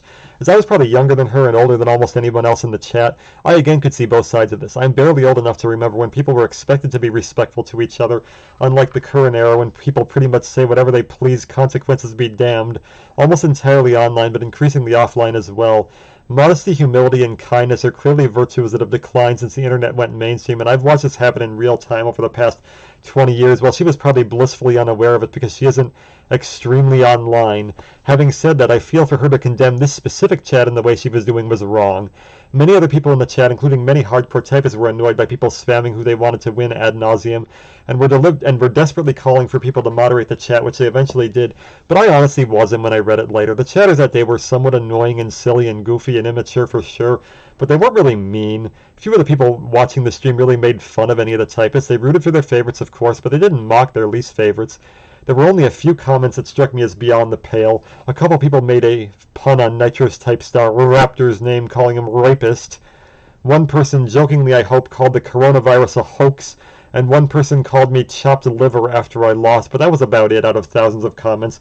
Compared to the original UTC comment section, or even your average local news comment section, this was a blissful oasis. For all my misgivings about gaming culture in general and Nitro-type culture in particular, people were remarkably well behaved. Annoying and not as funny as they thought they were perhaps, but being annoying is not a sin. I can understand and sympathize with Jenny's complaints because people definitely take pride in being jerks to each other more than they did 25 years ago, but I didn't really see much evidence of that in the chat. The sole other middle-aged person in the chat, John Woo, was primarily talking about typing as a career path. He, like me, felt that it didn't really have a future and argued artificial intelligence will render typing obsolete. I'd largely agree with that, and to me that mostly explains why typing has shifted from being some kind of quasi-academic pursuit when it was considered an important job skill to a computer game when it wasn't. However, I disagree with him about almost everything else he said. He was rooting for me because I had proven myself 10 years ago and seemed to believe Czech was cheating because he couldn't see his keyboard cam. We all knew that he wasn't cheating. John also argued that typing for a living is not a good paying job because you could only make $20 to $50 an hour, roughly equivalent to $40,000 to $100,000. Not only do I struggle to believe this when typing jobs are declining everywhere, that is way more money than I've ever seen in a year in my life. I wonder what John would think if he knew I worked in a call center and 3 of the other top 10 typists worked either in stores or Amazon fulfillment centers. He argued low 6 figures, it's not a lot of money, which seemed to be an incredibly tone-deaf thing to say during the biggest recession since the Great Depression. Although many Americans would call me poor since I only make $20,000 a year and can't even afford to replace my toilet or washer and dryer when they fail immediately, from a global perspective I acknowledge even I'm rich. I know that my income is probably above the 90th percentile globally even if I'm a working class American. He also argued that an MIT study proved, in quotes, that Dvorak increases your speed by up to 70% over QWERTY, which seems difficult to justify when almost every great English language typist in history has used QWERTY. I acknowledge these anecdotes about the chat seem like a digression from the main point, but in a way they do tie in with my themes in the rest of the book, showing how disconnected typing as a pursuit has become from typing as an industry. I felt weirdly both connected and disconnected across multiple generations, as early millennials like me are among the only people who remember when respectable normie culture was normal, but also simultaneously understand how edgelord culture came to be. People who were established before the Great Recession, like John and Jenny, often remain successful for the rest of their lives and aren't really affected by future downturns. But people in my generation, and especially the next one, don't even seem to believe success is realistic unless you get really, really lucky. So the Zoomers would shout, "Okay, boomer," at these sort of people, and they probably would often at me, too, for having a lot of admiration for pre-cyber, unironic earnestness. But I also understand where the drive for it comes from, because sometimes I feel like I'm one of the few people who can see both sides of this coin and empathize with both the generations before and after me to the point where I'm an outsider in normie and gamer culture both. I wish I could heal the chasms in our society like some vapid beauty pageant contestant dreaming of world peace. There I go again, turning a mindless chat room shitpost debate into a meditation on our times. But a great portion of the time these days, my mind is nowhere else. I read way too many political debates on Reddit. Okay, back to the comments.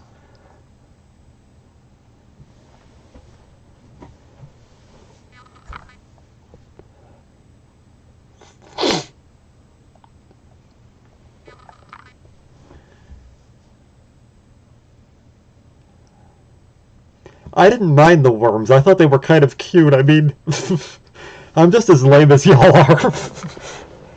I don't like mean. I'm fine with goofy. I'm fine with mildly annoying.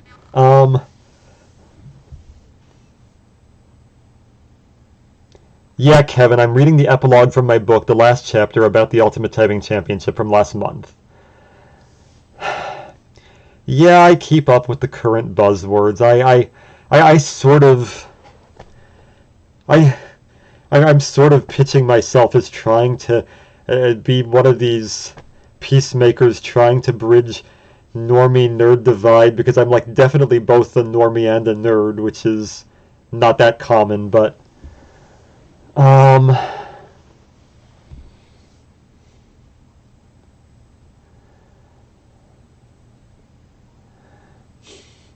yeah, I'm sorry. I shouldn't be projecting my self-loathing onto other people. That was mean. Thank you for catching me on that.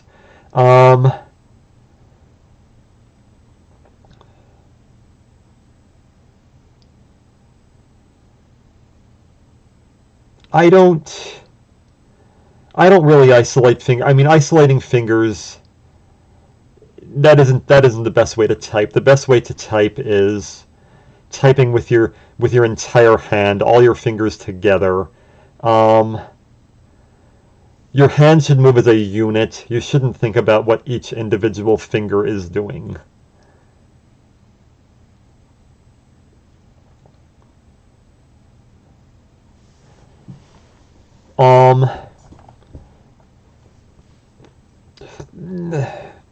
Do you think that home row convention can change with newer or pro knowledge? Well, in a chapter of the book that I already read part of here, I mentioned that I don't really use home row, and I would prefer centering my fingers on like ASER, NIO over home row, because I mean, the home row, D, F, G, H, J, K, L, those are just 7 consonants in order. The QWERTY keyboard is just based on the alphabet. I mean, the second row was basically the first half of the alphabet, and the third row was the second half of the alphabet backwards, and a bunch of letters moved on the top row, and then the S switched places with the B and C. But it was basically just based on the alphabet. It had nothing to do with what the most efficient keys were. I mean, I think Christopher Latham Scholes intended for the top row to be the home row, but when people came up with this home row typing thing, they just decided to use the center row instead. That doesn't really make any sense. You should be doing most of your typing on QWERTY on the top row, period. And you should probably center it, if not on the home row, close to it. And yes, I think reading speed has to be related to typing speed, because you have to be able to read what you are typing faster than you can type it, obviously, because you need to have no pauses, so you need to be able to read one word ahead of your typing, at least. And I say one and exactly one word is the best, so you don't try to remember too much, which might induce errors. Going back to reading. The Quarterfinals Quotes had probably the most impressive diversity of content and thought of any round. I think this collection of quotes would have been better for the final round than the quotes that actually appeared there, to be quite honest. The first quote was a short quote from Noam Chomsky, the second from the Wikipedia page on the Statue of Liberty. A surprising number of Wikipedia pages were quoted during the event. The third reproduced the complete listing of Jordan Peterson's 12 Rules for Life.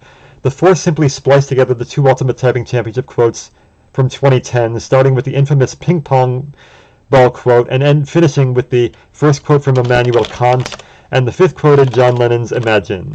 If there was any doubt as to the winner of the championship before the quarterfinals started, there wasn't one by the end of the round. Not only did Czech win every single race, nobody was even close to him for the most part. He won the Statue of Liberty quote by a staggering 25 words per minute over me, and the Peterson quote by 23 words per minute over Aiko. His average speed was 18 words per minute over mine, and 22 words per minute over Aiko's. But in an oddity, Aiko knows me out by a point to take second place because his finishes were better, even though my average speed was better. We both had 2 seconds and 2/3, but Aiko had a 4th on the Lennon quote, while I had a 5th on the Chomsky quote. Because Czech was basically uncontested in this round, few interesting things happened in his races. However, one of the races I was entered in was the most exciting race all day. On the Jordan Peterson quote, in the quarterfinal round, I was in a group of 5 with Izzy, Matthew, Kathy, and Pickle Power. This race was so astonishing and absurd that every single person in that race led it at some point, often near the end. The UTC's greatest innovation this time around was introducing a color graphic where each person's username would be color coordinated, while a box of the same color navigated through the text to display which keystroke each typist is on at the same time. This only worked for one race, not a combination of both, so you could not see Czech's scores relative to mine unless you switched races, but this race was so exciting that Nico never switched to the other race. There were a staggering 10 lead changes in the race, but it was dominated by the underdogs. Pickle Power got the jump, but Matthew Yang took quick control and led for most of the way, with Izzy leading it briefly once and me leading it briefly twice before Kathy battled with Matthew and exchanged a lead twice with him. The race was so close throughout that I'm not even sure anybody knows who really won. While typing the middle of the 12th and last rule for life, Matthew led Kathy by 5 characters, me by 10, and Izzy by 27. However, the scoreboard at that instant showed something entirely different, with me leading, Matthew in second, and Kathy in third. Kathy's green box icon dropped off the screen first, but at the time, she was listed second to Matthew with me third. A few seconds later, it was somehow revealed that I won. The scores were so tight it probably came down entirely to server lag, with me averaging 162.9 words per minute to Kathy's 162.5 and Matthew's 162.3, an absurd 0.6 words per minute difference in a 735 character quote. However, Matthew was placed one position higher because he had a higher accuracy than Kathy. In the grand scheme of things, the result didn't really matter, although we may never know who really won, since I don't know whether TypeRX permanently stores the number of milliseconds it takes to type each character like TypeRacer does. Additionally, it did nothing to affect who the top 4 were, since there was a massive 12-point difference between 4th and 5th place. Perhaps the competition slowed all of us down because we all finished behind 2nd place Aiko, who lost an uncontested race to Czech by 23 words per minute, but might have remained more unrattled because he could just focus on his own race more than the other cars. This race is probably the overall highlight of the event, even if it wasn't the finals.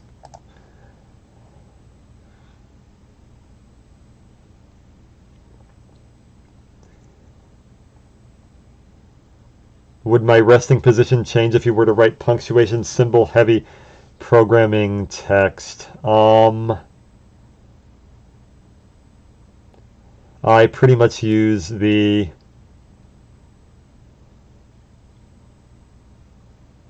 right middle index and pinky always for symbols. I mean, or sometimes I'll even use other fingers because I like to get my right hand way out of the way. So I don't know. I don't really have a consistent way I type symbols. Whatever is fastest. I mean, I am way faster on symbol than anybody else. Maybe Jack's past me now, but yeah, I don't really. I'd have to think about how I type symbols more. It varies a lot.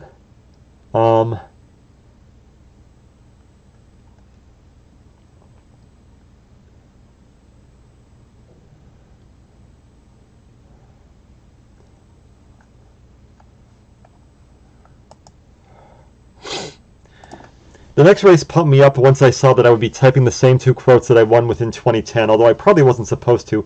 I emailed the 2 quotes from the championship to myself after the original Ultimate Typing Championship because other typists wanted to know what we typed in the semifinal rounds, and I hadn't saved those quotes. When I launched my eponymous website, I copied them onto there, and after that, people eventually added the quotes to TypeRacer and 10 Fast Fingers, the more notorious pink ping pong ball quote anyway. I'm not sure anyone added the conch quote to any site, even though it was much more interesting intellectually. Since I always saw myself doing the best on hard and long quotes, and I had experience on the conch portion of the quote, while the other typists didn't, I assumed I was going to at least win the quote, and that didn't happen. Shaq beat me 165 words per minute to 161. It was very close, but by that point I knew the overall tournament was as good as was lost. It's not so much that I declined or anything. I significantly improved in the last 10 years, clearly. I got 163 words per minute on the conch quote and 124 words per minute on the ping ping bong. I can't say that any time. I get it wrong every time. Pink ping pong balls quote at the first UTC. The conch quote had 2,873 characters, and the pink ping pong ball quote had 1,949. So weighting these quotes equally by character count, my 2010 average was 147. I was 10% faster this time, so I'm probably about as good as I ever was, but that wasn't good enough to beat Shaq, who practiced more heavily during his teenage years than I did. There wasn't even a framework for typing online when I was Shaq's age. Typing Zone and TypeRay were only barely starting, and it took years before I found them. There are probably dozens of sites now, and his generation is way more motivated at this than mine ever was. It was only a matter of time. I already knew I had lost, so now the only goal was to secure 2nd place, which looked like it was going to be harder than I thought. After all, I only beat Aiko 111 points to 107 in the first round, and he beat me 41 points to 40 in the second.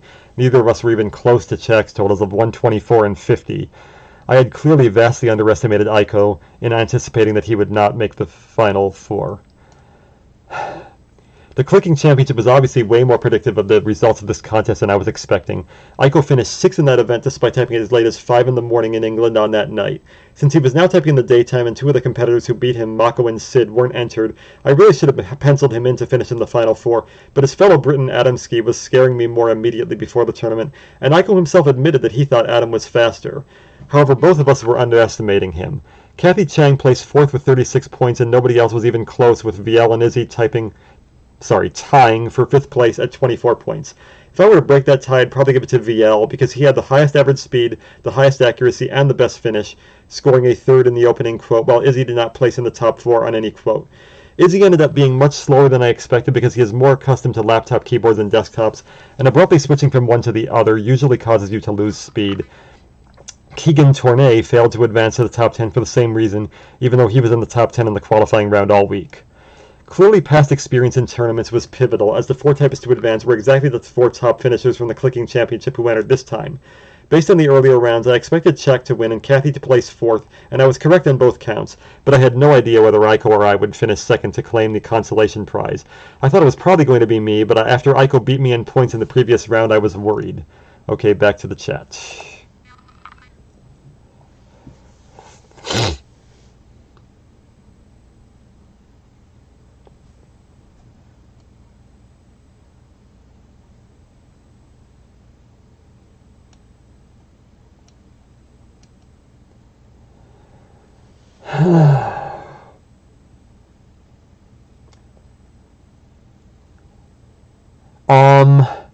No, I would not have won the tournament if I had been blitzing. I do not think that.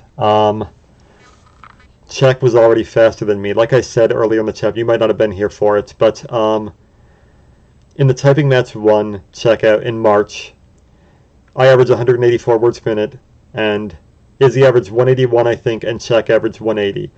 In the next typing match, 3 months later, in June, Czech averaged 191 words per minute. Those were long tournaments. Those were large sample sizes, like 70 races or something. 70 races non-quit is a large enough sample size that it can probably reflect the general population of races. So I beat him by 4 words per minute the first time. He beat me by 7 the next. He surpassed me sometime between March and June, period. And he was beating me on the longest quotes. I was actually doing better against him this time on the shorter quotes. So he was doing better as the quotes were getting longer, actually, which there's no way I could beat that. If I couldn't beat him on like 2,000 character quotes, there was no chance. He was better by then. He passed me in the spring sometime, for sure. I was trying to see if I could get him to screw up, because that's what I thought my passable way to win was. You can't win if you are playing the other person's game, so I decided to not play his game and go for accuracy instead of speed and hope he screwed up. If I had gone for speed, I would have lost because I would have been playing his game. That was my logic. I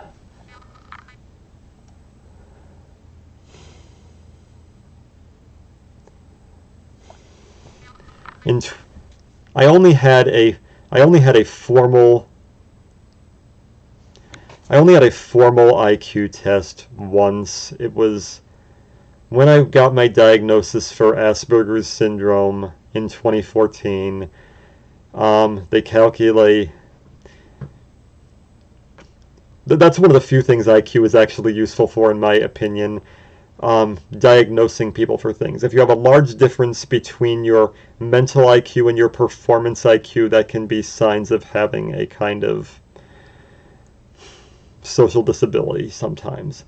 And I had a large difference between my regular IQ and my performance IQ. It was only like a 15-minute test, and I got 129, but who cares about IQ scores? I've gotten both higher and lower things online, but I mean, I don't take any of those seriously. It was a short test. I've never taken an IQ test for an hour or two. I probably don't even want to, because I don't really like what IQ represents.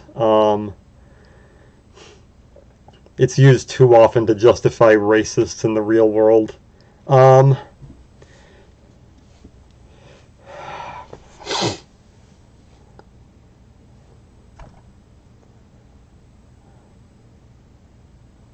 Czech certainly has a higher average than I do now. Michael DeRoche might have a higher average than me now, too. Michael doesn't care, though.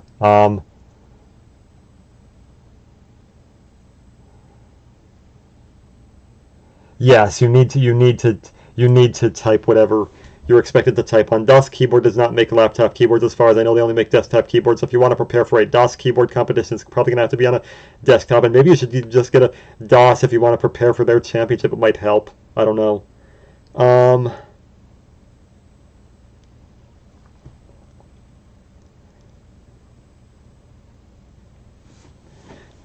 No, Mensa level is 2 standard deviations above the mean, and the standard deviation for an IQ test is set at 15 points. It'd be 130. I would have missed it by 1 point. Both of my parents actually were Mensa members. when I was a kid. And my mom belonged to the Mensa Scrabble by Mail SIG, and I joined it as an 8-year-old and became the statistician of the group when I was 14. Members of that group did not have to be Mensa members, but both of my parents were. I think I'd have stood a better chance of getting in when I was a little kid than now. I feel a lot dumber now than I felt when I was 10, to be honest.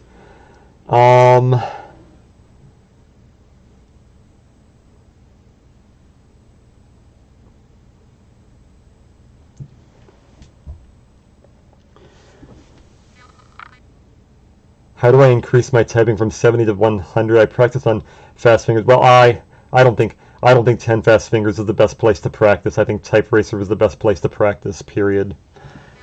Nitro Type is probably also a better place to practice than 10 fast fingers, although it isn't as much of a challenge. And because it doesn't record your errors, it can be harder to prepare for something like this. Type Racer would be the best preparation, I think.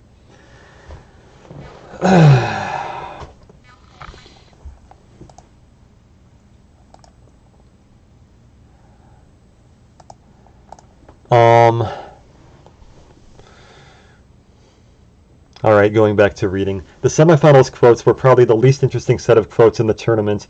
The first, second, and fifth quotes all came from somewhat obscure Wikipedia articles about Swiss psychologist Jean Piaget, the new Seven Wonders of Nature, and the Spanish village Real de Catorce, while the third quote was a somewhat textbook definition of Avogadro's constant. The fourth quote was an excerpt of the I Have a Dream speech, and it was both the only particularly interesting quote, as well as the only interesting race. Czech won and I finished second in each of the first 3 races, so it seemed like we were virtually guaranteed to be the finalists at that point. Upon his third win, Czech had clinched his spot in the finals and dabbed his head to celebrate. That became the highlight of the stream to most people, but I didn't really get it or even notice any more than I had noticed the failed handshake in 2010. I'm kind of too disengaged from internet culture to understand what the big deal with dabbing or even twerking is. I am unfashionable enough that I barely even know what they are. Aiko and Kathy were alternating third place. Czech posted his largest margins of victory to date in the first and third races, beating me by 35 and 27 words per minute in them respectively, although I made the second race close. Almost all the entire drama in the tournament was over at this point to a close observer, but at least the MLK quote made things slightly interesting. As I mentioned in the previous chapter, Czech and I had both typed the I Have a Dream quote in the past on the Type Racer Marathon Quotes universe in 2018. Sorry, we typed the entire speech then. I should change that word to speech. I averaged 171 words per minute on it to his 169 words per minute, which was the first time I really took him seriously. Neither Kathy nor Aiko had ever typed it before, and this quote was a very large excerpt from it. You'd think that would favor Czech and me, but in a stunning upset, the results were completely inverted from the standings at that point, with Kathy winning, Aiko finishing second, me third, and Czech last. After winning every single quote in the tournament except for the novelty misspelled alphabet quote where he finished second, he suddenly placed 4th out of 4. Even more strangely, the quote had 1,585 characters, making it twice as long as any other quote in the round, and usually the longer quotes consistently favor the same people who are fastest in general, but not this time. Perhaps the dab distracted him and took him off his game for a brief minute. Perhaps he wasn't pushing as hard now that he had already clinched his spot. We may never know. Whatever happened there, suddenly I started to think I might have a chance again, although I also stated live in the Zoom meeting that that was the exact outcome I didn't want. Since I now had a 3-point lead on Aiko and Kathy, that means if either of them won the next race and I finished 4th in the final race, we would be tied and there would have to be some sort of tiebreaker to determine who would advance, and that concerned me a bit. The chat window was almost expecting this to happen, but I wasn't that concerned since I still expected Czech to win the next race, which alone would clinch me my spot. On the last quote, Czech and I finished 1-2 as usual to meet in the finals as everyone expected.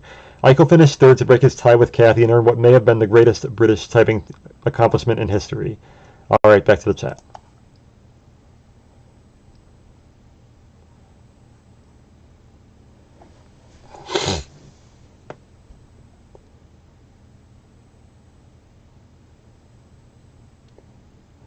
Artie, you're not dumb, you're very smart.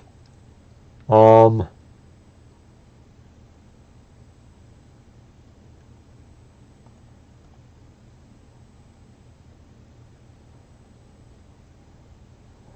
I know, it's 1 in the morning here. It just came down to when I finished editing the chapter, which was later than it should have been because I was reading too much on Reddit today.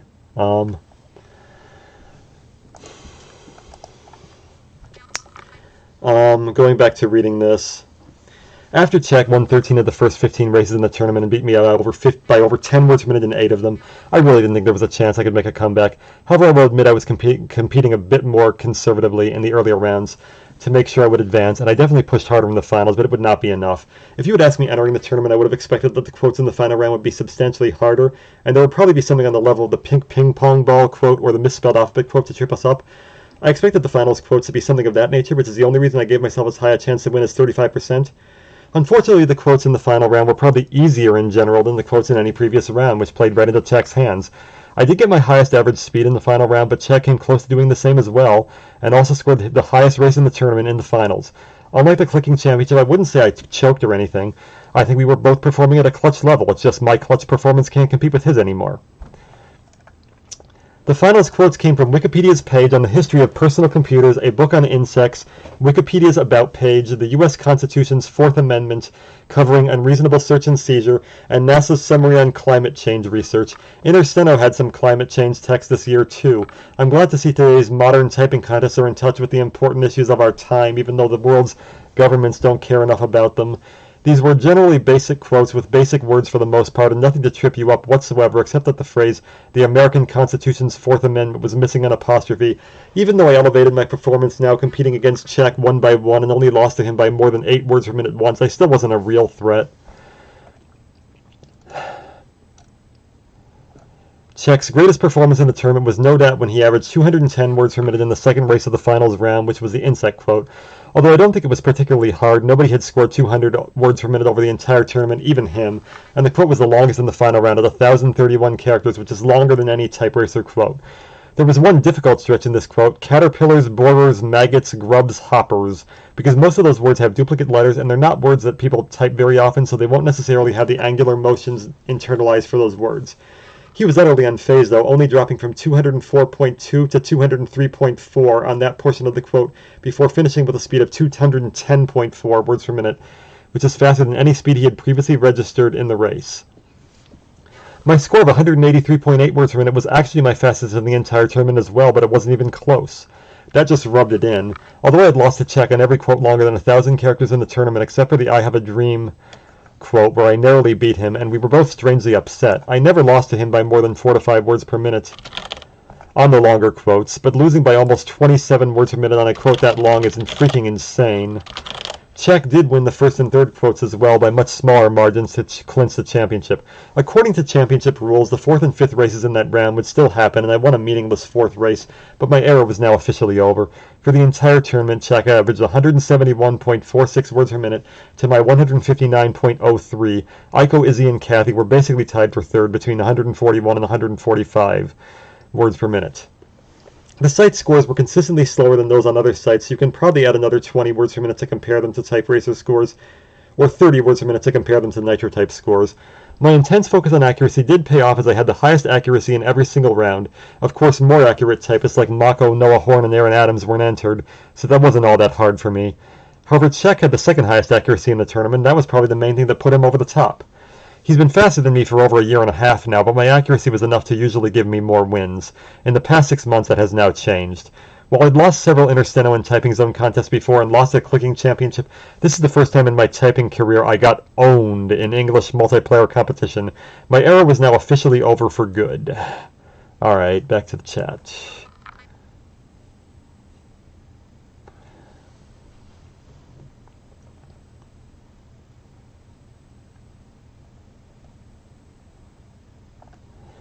The fastest typist in Brazil is still Cucane, Guilherme Sandrini, who won the 2010 and 2011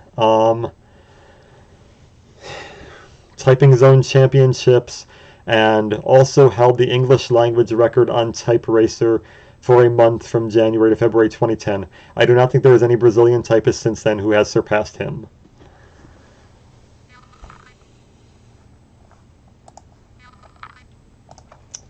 In 2010, I primarily entered the original Ultimate Typing Championship to raise money to declare bankruptcy, and in 2020, I wasn't a lot better off. I was now employed in my call center job and have been for years, but I'm still paycheck to paycheck, and things keep breaking down one thing after the next. A pipe in the basement, the downstairs toilet, our washer and dryer, our car failed inspection, and my mom got rejected for a loan when she tried to buy a new one. Lots of little electrical glitches in the house. I dreamt of the $5,000, but I probably didn't focus as much as I could have. Most of my typing work was motivated towards working on my book, especially after I launched a Patreon for it, and I consistently failed to meet the deadlines I made for myself, even on that, by a few hours or a day. Far too often I just read random stuff online or talked to people. The thrill was gone from me a long time ago when it came to typing, and although I'm disappointed I lost, I didn't expect any differently, and I'm not that disappointed. I'm mainly frustrated the tournament wasn't held around the 10-year anniversary of the original contest when I was still faster than Czech. But if it had been, it almost certainly would have been cancelled due to the coronavirus, as the South by Southwest Conference itself was. When I was the biggest typing star of the 2010s, I created immense expectations for me that I could never fulfill. In addition to struggling to keep up with the necessities of life, I now had to answer everyone's typing questions because I became the default authority. I probably had little better to do when I was unemployed, but once I was actually working again, this grew to be a burden. I still did try to respond to every comment I received because I didn't want to be a jerk, but I was consistently unable to turn my fame into something more than fame. I probably missed my chance at building a bigger YouTube or Twitch channel sometime in 2011 or 2012 when I was dominating everywhere, but it doesn't seem like that many people are interested in watching others type. Only a maximum 300 people watched the YouTube live stream of this event, even though almost 20 million people have watched the 2010 videos. Again, this feels like the worst of both worlds. Czech, like Robert Price at the Cincy Typing Challenge, gets to basically keep his anonymity since it seems clear already that the 2020 video is not going to go semi-viral like the 2010 videos did, and he got more money. But I'm not really bitter about it anymore. However, I have so many other interests I've neglected, and more importantly, necessary aspects of my life that I've neglected, and I'm not really interested in competing again even for the money. I'm sure I'll make random cameos periodically, but there are so many things I'm enjoying more. These include my typing research, my auto racing research, reading and writing in general, and even making YouTube videos. If I stick around, I'd rather it be as some kind of ambassador of typing than as a competitor. I've thought about launching a podcast or making instructional videos or even trivia videos based on my research, and watch out for that one, because my next live stream is going to be a video on typing history trivia. I think I'd find that more fun. If there's ever another Ultimate Typing Championship, I think I'd rather announce or help with organizing it or something than compete. Alright, back to the chat.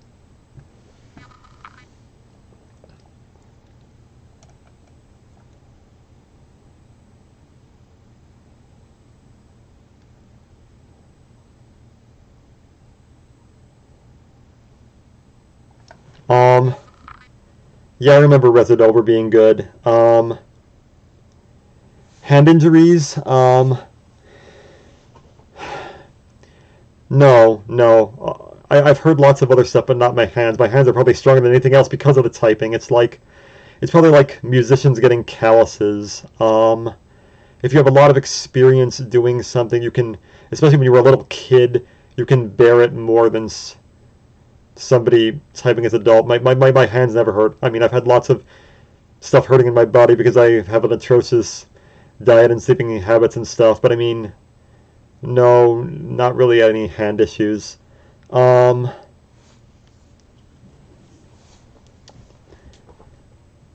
Cocaine named himself after a Rammstein song that was spelled cocaine, K-O-K-A-I-N, which was just cocaine in German, but I guess he changed the spelling of it to slightly remove the drug reference or something. I don't know, but yes, he named himself after a Rammstein song about cocaine.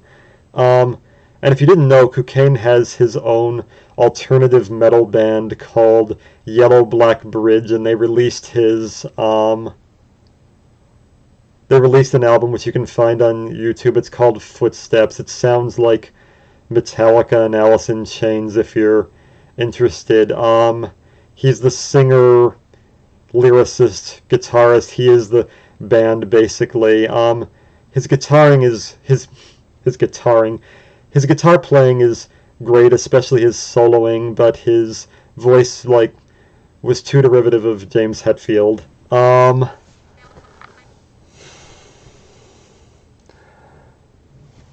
Yeah, I work in a call center for the deaf and hard of hearing. I plan on staying here 10 years because the $100,000 I owe in student loans, that will be paid off if I stay at my job for 10 years, according to the Public Service Loan Forgiveness that was passed in the 2000s. So that's my plan. I'll be at 6 years in November, so I'm going to stay 4 years longer. Yeah, I mean it's not even $15 an hour, and I'm only working 4 days a week at the moment. I may up that to 5, especially if I end up working from home. I might be working from home in a couple weeks now. Um, but at the moment I'm working 4 days, so I can, which is 32 hours, which still counts for the public service loan for businesses as long as you're 30 hours or more, so I can focus on doing this in the book at the same time. Cocaine's a guitarist. He's not a pianist.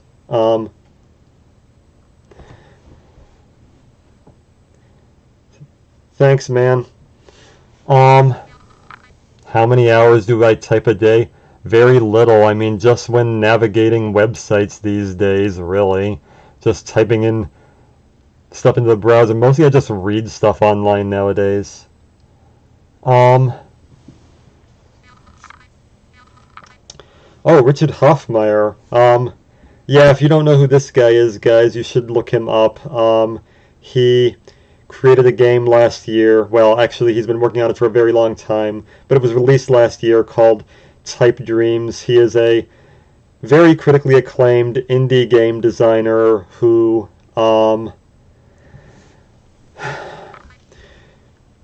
he made a somewhat famous niche game called Cart Life and won a lot of awards for it.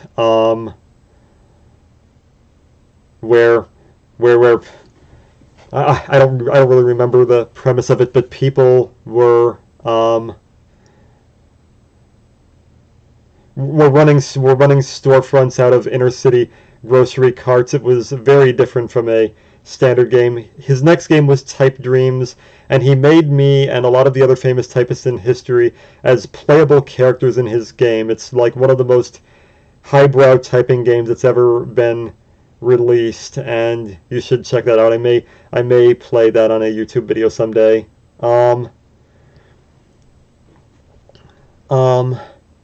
as for my own music, I I was never a musician. My mom played a lot of things. My mom played piano and viola and electric guitar, but I fiddled around with my mom's keyboard a couple times when I was a little kid, maybe like a couple hours a year, several years in my childhood. I was never really into that. I was on the chorus for 6 years, from third grade to eighth grade, but that was my only musical training. Um, yes, piano and typing are correlated. I think it helps with spatial relations in your brain. Math also helps. Computer science also helps. I mean, almost every single typist, I am not kidding you, almost every single typist who is good majored in one of four things. Music, math, computer science, or economics. I can't figure out what the economics is about, but me, Eric Chung, and Dan Chen were all economics majors. Those four majors were almost like 80% or more of what typists majored in. So yes, there's some extreme nerd thing going here. Almost ties in with like Gödel, Usher, Bach, which attempted to link music, math, computer science, and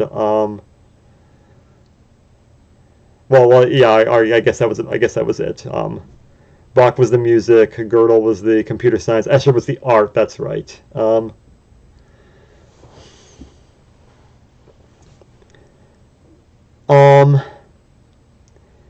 yeah, my music tastes are really shallow. I'm not that into metal. I'm embarrassed by my music tastes. Um, Marshall, yeah, sucks, man. I mean, you graduated. Assuming you just graduated.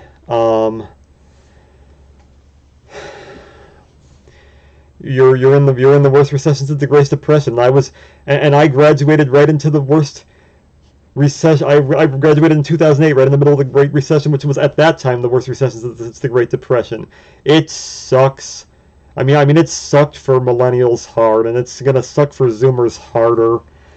Um,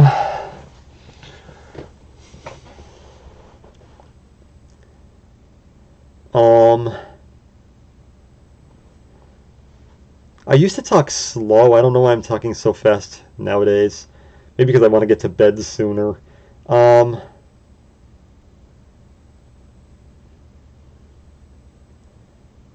yeah, I mean it sucks for everybody except the baby boomers and Gen Xers who probably were the only ones who had stable jobs. I doubt many millennials or Zoomers have stable jobs at all now.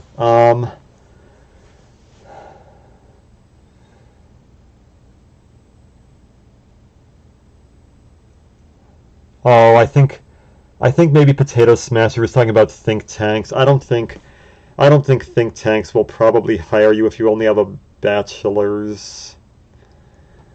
Um,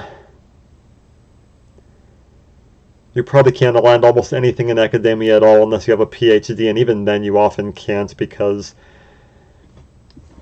even colleges are restricting hiring of professors a lot. I mean, yeah, economy just totally sucks for everyone. Um,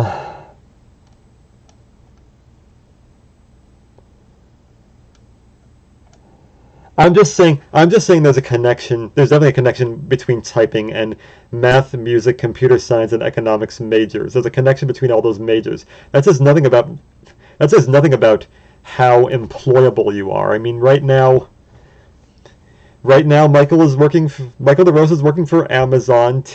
Eric Treader is working in a store. Taryn is working for Target. I mean, a lot of us are not doing well. Typing used to be considered a highly employable skill. It is not at all. I've applied for tons of typing jobs, and I mean, I'm too socially inept for them basically because they're usually also phone jobs. Um, and I'm autistic, so I mean,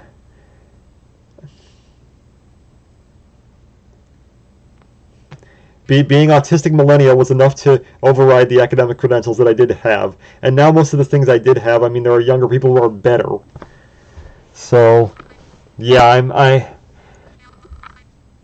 I'm resigned to it, but I mean, I hope this book can be the start of something. And because I have some fame, it is possible that it could be.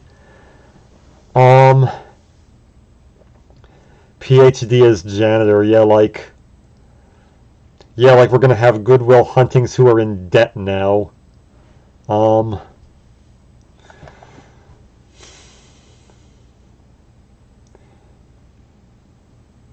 I haven't really looked into court stenography. I haven't really looked for jobs because once I got this, I decided I want to stay 10 years to pay my student loans off. I'm fine. I don't need more possessions or gadgets or stuff. When my mom's brother died, she left enough money for us to buy a house. I own a house. I'm paycheck to paycheck, but I have enough money to pay the bills for the month. A lot of people are doing a lot worse. I mean, people are about to be evicted here because of the coronavirus and there not being a second stimulus payment and stuff. So I mean, lots of people have it way worse globally, and people have it way worse in America. I had it way worse 10 years ago when I won the original contest. I'm even though I'm not even making $15 an hour, I'm doing better than a lot of people. I'm fine now. I'm not complaining, and I really do think there's some potential with this because I have some fame.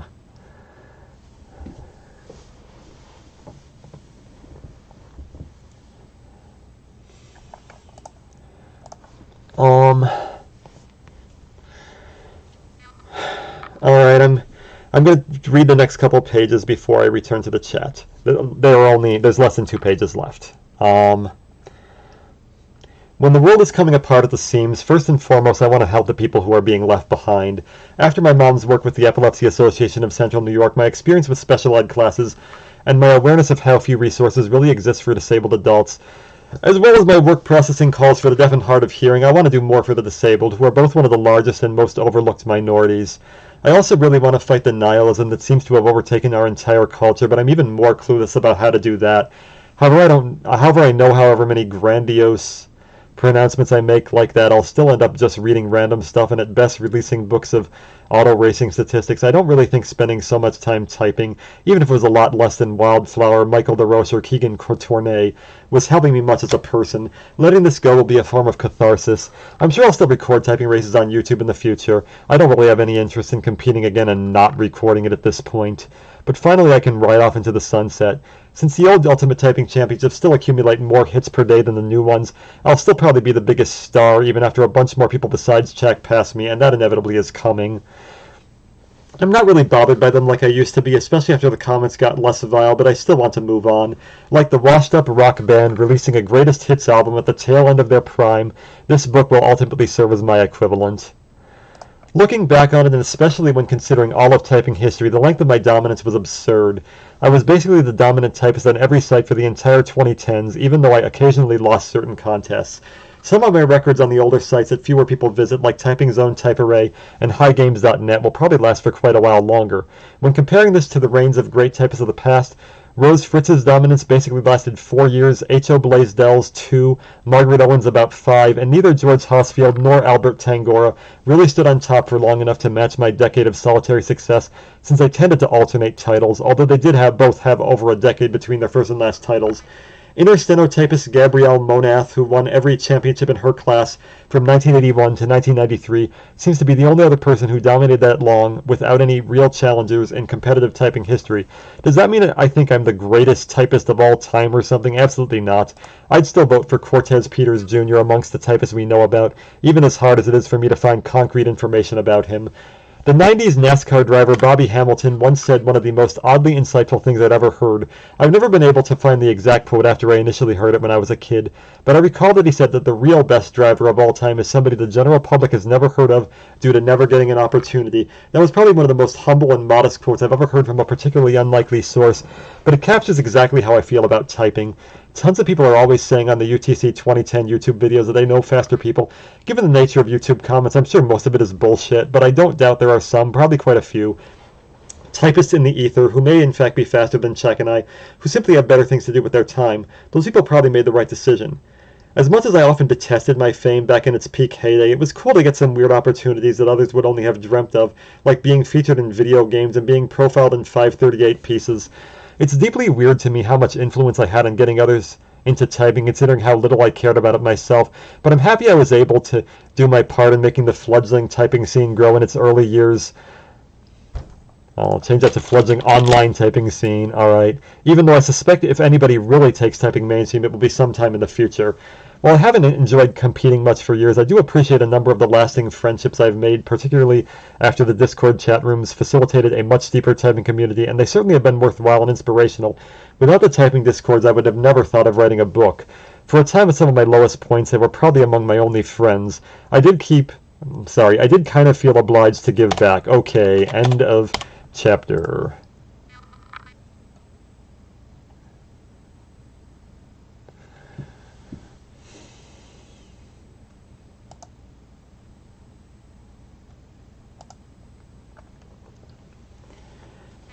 Yeah, I'm gonna try and grow my YouTube channel in the future. I'm gonna try and do some diverse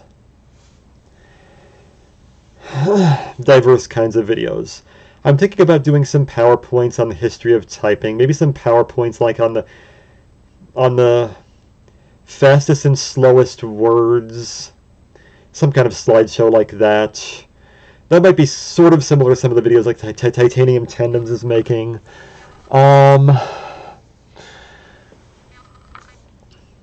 Since Titanium Tendons and Speed Typing are largely focusing on Nitro Type, I'm probably focused more on Type Racer for my own videos. I'm not sure if there's an equivalent to what they're doing on 10 Fast Fingers, but I'd try not to tread on their turf too much and try to do something more unique. Even though I know I have more subscribers than they do still.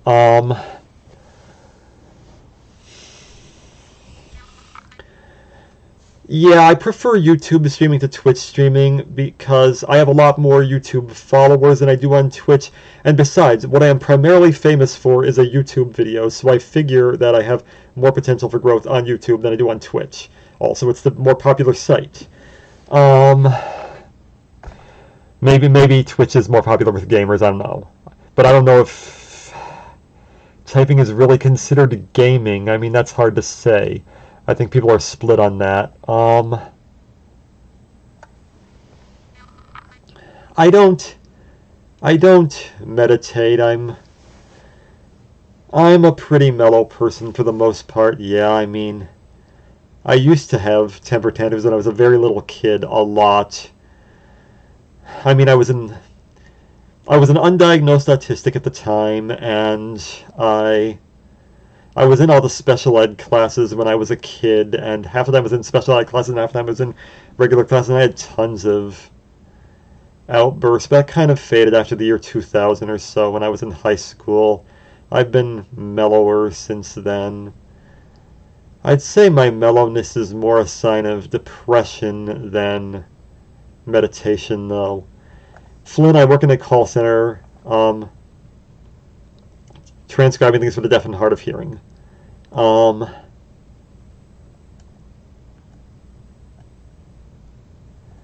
absolutely not freestyling. I can't think that fast. I can't think extemporaneously like that.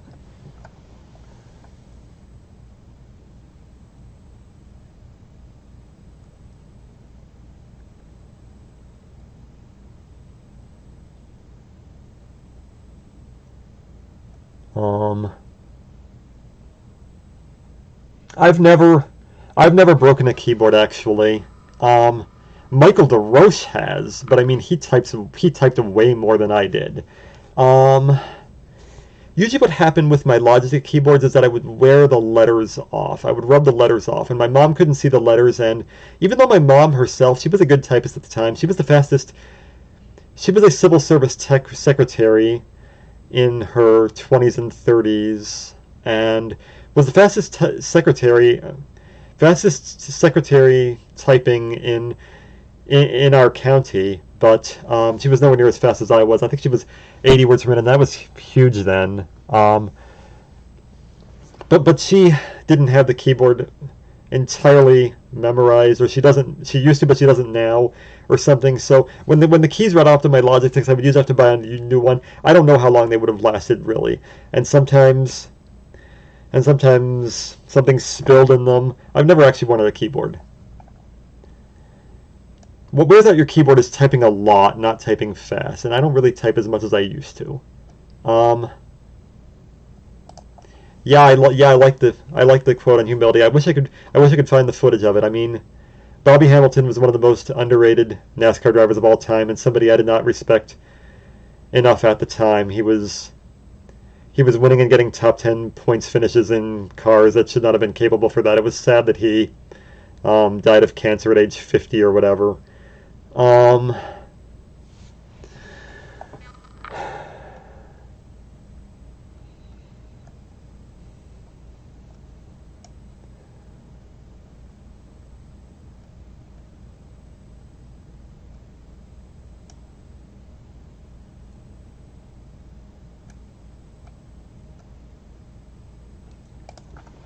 See, I do kind of see typing as gaming, since it seems like most people gain their speed through typing through gaming, and there are the obvious crossovers like celebrities from other kinds of gaming, like Reckful and Sigalemic and Terran, who have done it. I mean,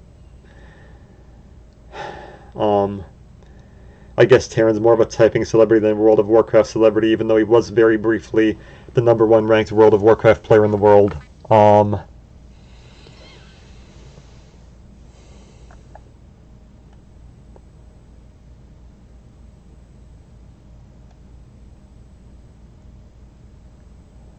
um, I think people are. It's hard to say whether I think people are coping with depression better than they used to. I know a lot more people are committing suicide.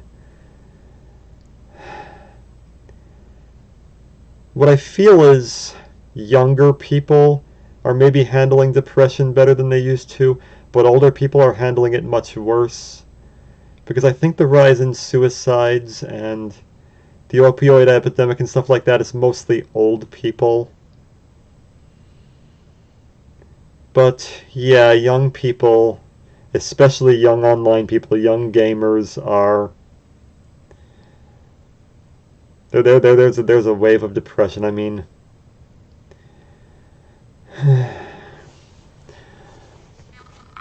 it's sad. I mean, Reckful suicide, and I know of other typists who attempted suicide.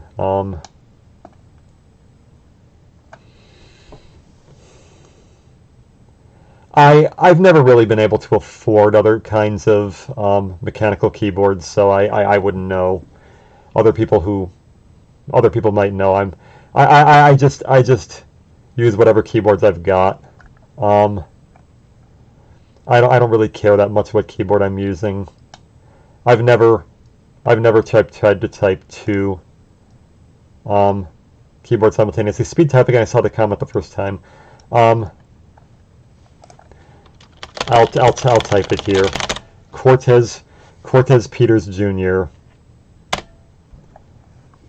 supposedly typed 297 words per minute over an entire minute. I don't know if I believe that. I've been unable to verify that because it's hard to find a lot of information about the typists from the 1970s and 80s. That is a weird period in American history. That is the era when television entirely dominated the commercial landscape. So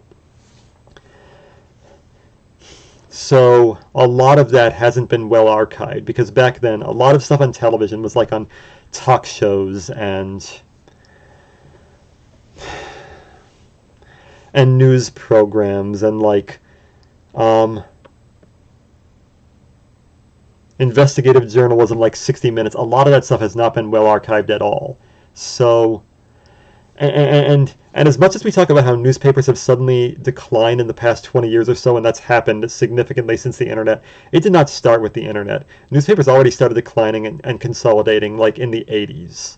So there were fewer and fewer newspapers in the 80s and 90s already. So basically television was dominating the landscape before the internet. And so nobody expected anybody would want to be saving any old television, so like nobody was recording talk shows and stuff on DVD unless somebody saved it on their VCR or something and uploaded it to YouTube later. That stuff's gone. So a lot of what we know about the 70s and 80s typists like Barbara Blackburn, Ron Mingo, Cortez Peters Jr., and so on, a lot of what we know about them is from TV appearances because they weren't really talked about much in newspapers or in the mass media. They just became famous through the TV appearances mainly, and those may or may not have been archived. Luckily, for my book, Barbara Blackburn's Letterman appearance is archived, as well as Ron Mingo's appearance on Real People, and those will be very useful when I write that chapter about them. But yeah, the 70s and 80s is a weird hole in American history because like newspapers were declining, but the internet existed, but the World Wide Web didn't exist, and very few people were on the internet. So that era of television, I mean, the televised fiction is fine. You can get any TV show you want that was huge, unless the music rights were too expensive. But the nonfiction material, like old news shows or old game shows or old talk shows or stuff like that, is hard to find. So it's hard for me to find much about the typists from that era at all. It's really annoying.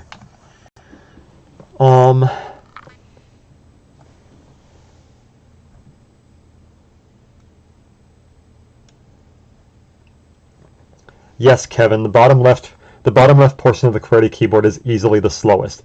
The X specifically is the slowest letter on the QWERTY keyboard, because it has so many obstructions. The A, S, D, E, and R, and T are more important letters that you have to focus on. So when you try to go from any of those to the X, it's extremely awkward. So X is the slowest letter generally, unless you use your left thumb for the X. That is one thing that some people do. Alpha Panda does that, and that can help. I never trained myself to do that.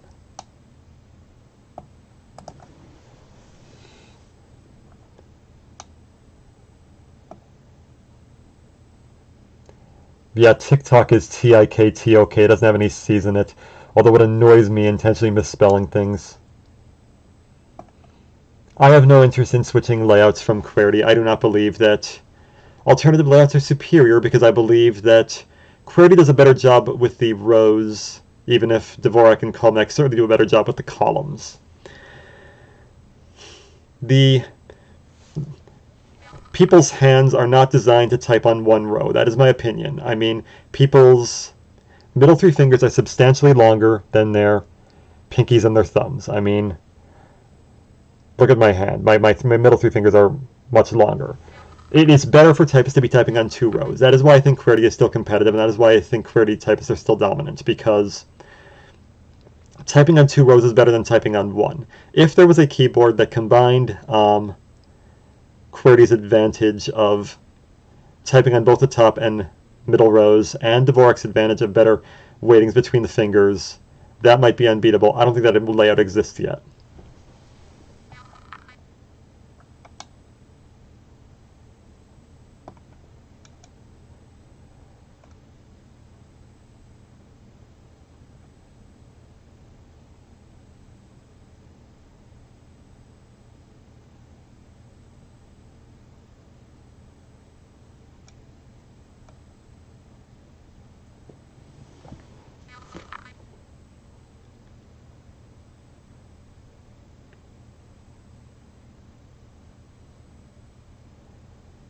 Wow, fans from 2010, I didn't think that video was that big that early. I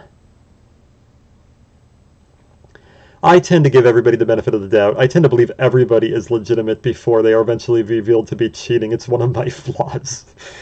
There have been many cheaters who I thought were going to rival or overtake me, who I thought were better than me at various points, and then they were later banned for cheating. I'm not a good judge. But I mean,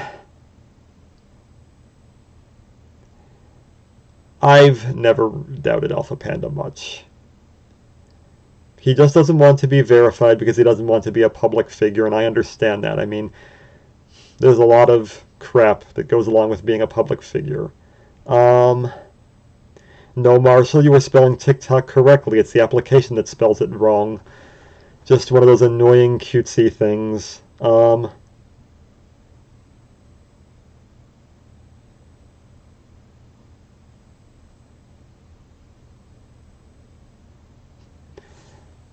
Czech is 17 years old now. Czech was 15 years when he started in 2018, and he was typing since he was 5. He was probably on Nitro Type since around the time it started.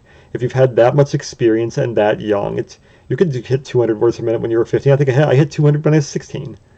10 years is when you really can improve a lot. Yeah, I haven't been watching nearly enough of other people's typing videos lately. Maybe after my book is done, I'll go through the entire Titanium Tendons and Speed Typing and Penguin Typer and Jash archives and stuff. I have not seen that video.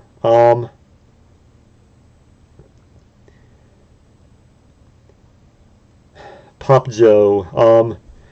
Historically, I liked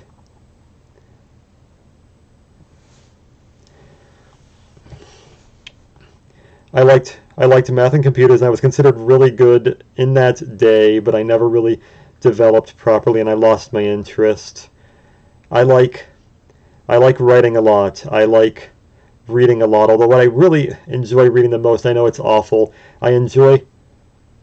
lately I'm really enjoying reading political debates on Reddit. It sounds awful, but I mean, I really learn a lot from them. A lot of these people citing political philosophers I've never heard of and stuff, and I learn a lot.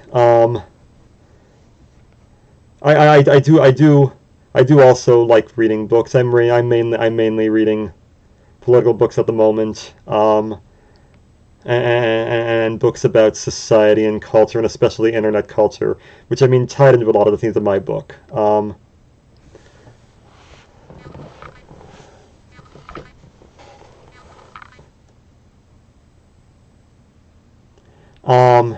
And historically, my two biggest hobbies, of course, were auto racing and Scrabble. I was a tournament Scrabble player, and I got up to expert level in 2015, but then I quit in 2017. I lost interest in Scrabble tournaments, but I was like in the top 200 in North America and in the top 100 in North America using the International Dictionary.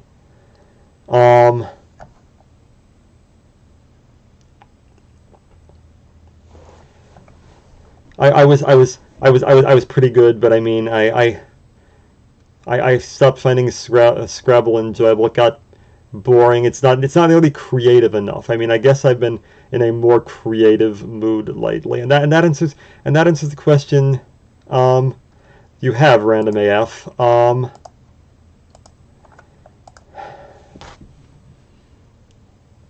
It's because writing is what I want to do now. I don't want to program apps for like gimmicks for something nobody needs. We already have too many gimmicks distracting people that they don't already need, distracting people from more important things, in my opinion. Um,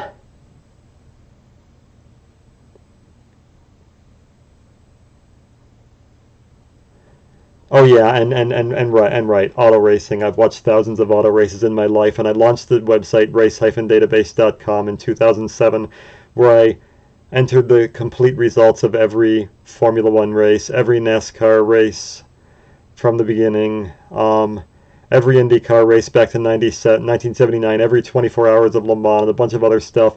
But I gave that up after 2015 because, again, that wasn't really creative either. I did a spin-off of that site called Racer Metrics, where I'm doing advanced sabermetric style auto racing analysis, and I'm thinking about doing a second book about that, honestly, after this one. Um,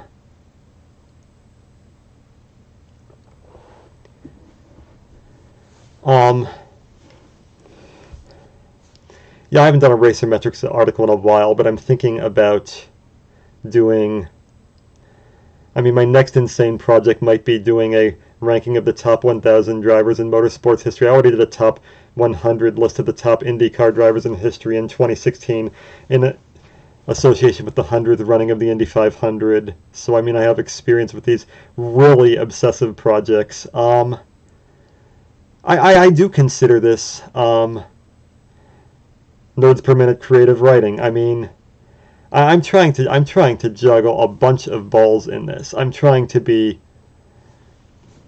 informative and also funny and also make social commentary and also try to tie this into gaming culture and society as a whole. And I mean, there's a lot of interesting stuff in the early 20th century about how, for instance, there were champion women typists before women got the right to vote. That was insane, when men and women were basically not allowed to compete on the same level at almost anything back then.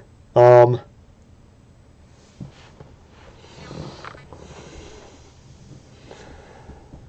I guess I guess that's about it. No, I have not found a publisher other than Patreon speed typing.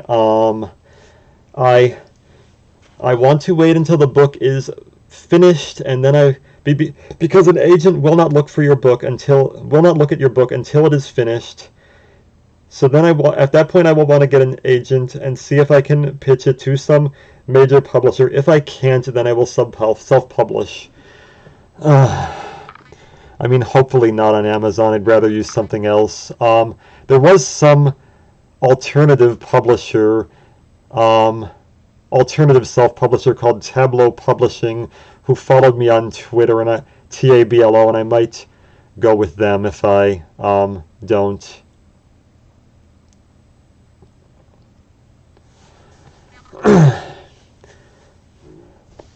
If I don't get a professional publisher. I'm 35. Now, now I guess I should show you my loot from the contest now that I'm done reading the chapter. Um,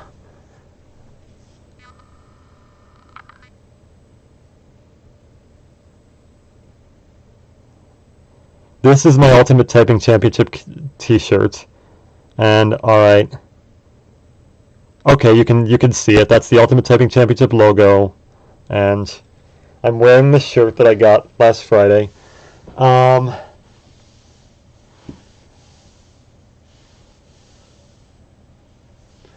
and and I also got this other shirt. There is another DOS keyboard shirt. This is it. Just like the 2010 one, I chose to wear this one though. I like it. I like it better.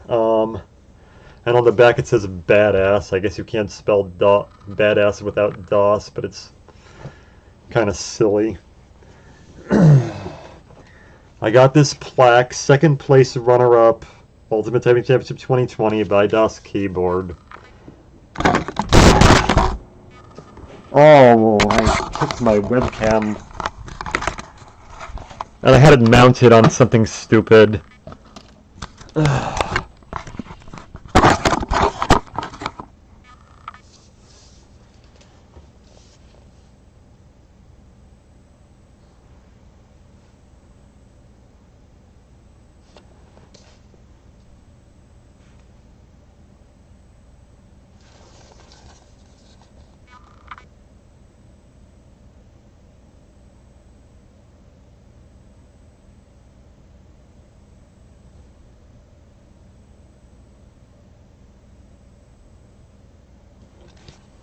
Okay, I mean, they sent a lot of stuff.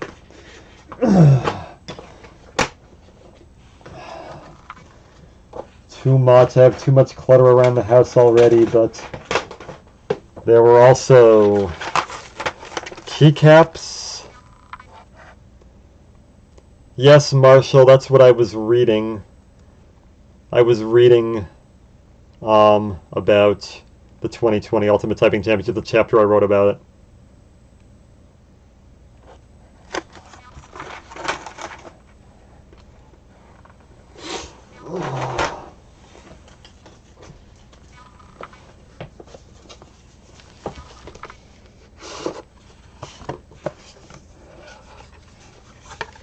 I don't expect to use most of this stuff. I might end up giving it away to fans if they paid for the shipping.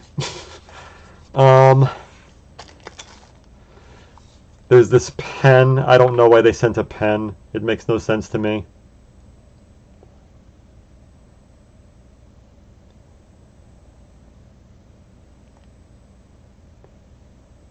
Oh no, the standard was way higher than that, Marshall. The average was 181 to qualify, although it got reduced a little bit after that. And I guess these are typing coasters or something.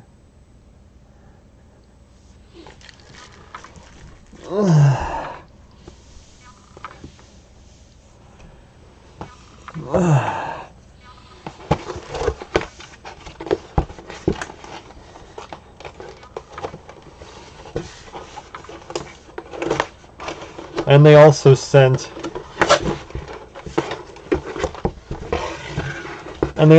another keyboard, but it's a little gaudier, this one. Too bright for me, really. The bright colors, especially the blue escape key.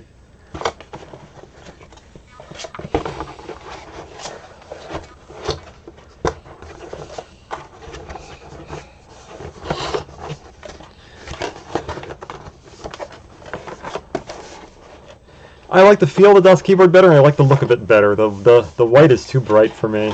I mean, maybe I'll change my mind when that one wears out. Maybe I'll use the white one.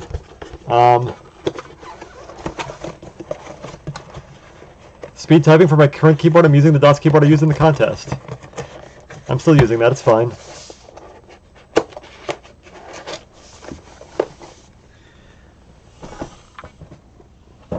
Yeah, it was a ridiculous amount of loot they sent. Oh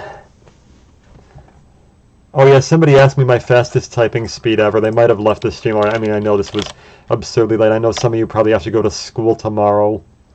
And I was not very respectful if that's the case.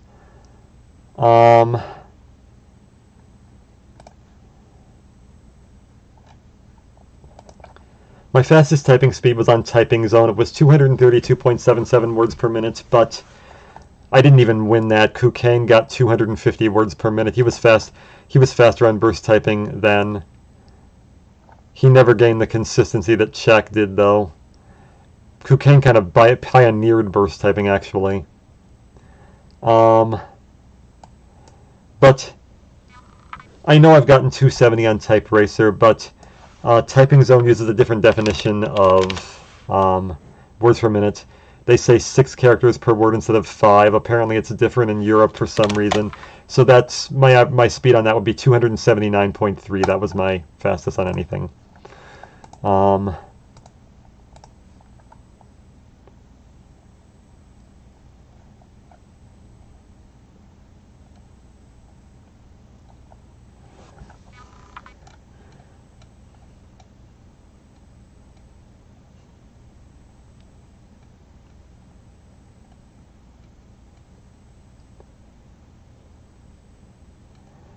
Actually, Random AF, they did send me a webcam. They sent me the exact same webcam that they have because they so I could have a keyboard cam and a face cam at the same time. But you know how the mail's been slow with the issues with the USPS. I'm not going to talk about that more than that, but I didn't receive the second camera from them until the contest was in progress, until almost the final round. The title of the book is Nerds Per Minute.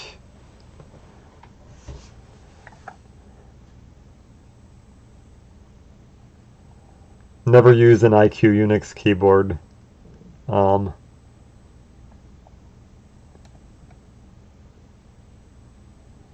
don't know what a monkey type words 10 test is. I have not used monkey type as much as most people have.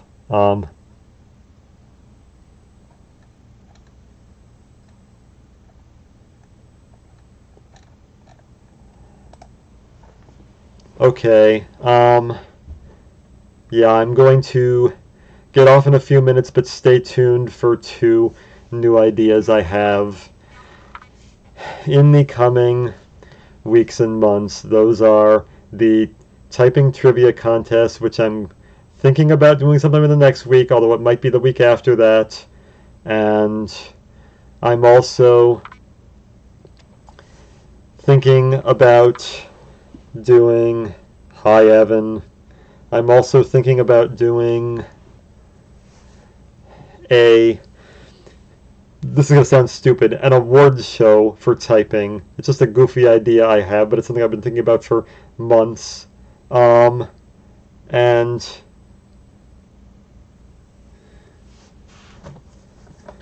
I have some categories, and there are I'm thinking about doing this with several of the other typing YouTubers from across the typing YouTube community. Try to unite us all, you know. Voting for things like the Best Typist of the Year, Breakout of the Year, Rookie of the Year, Best Website, Best News Site. I mean, we know what's going to win Best News Site, Best Typing Commentator, and so on. I think it might be something fun to do. I'm thinking later in the year, maybe in November or something. I'll do that.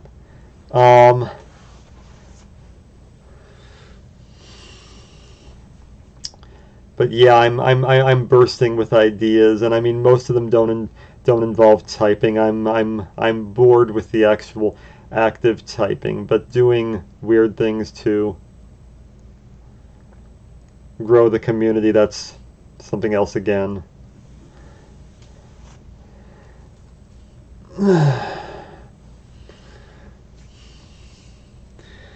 Anyway.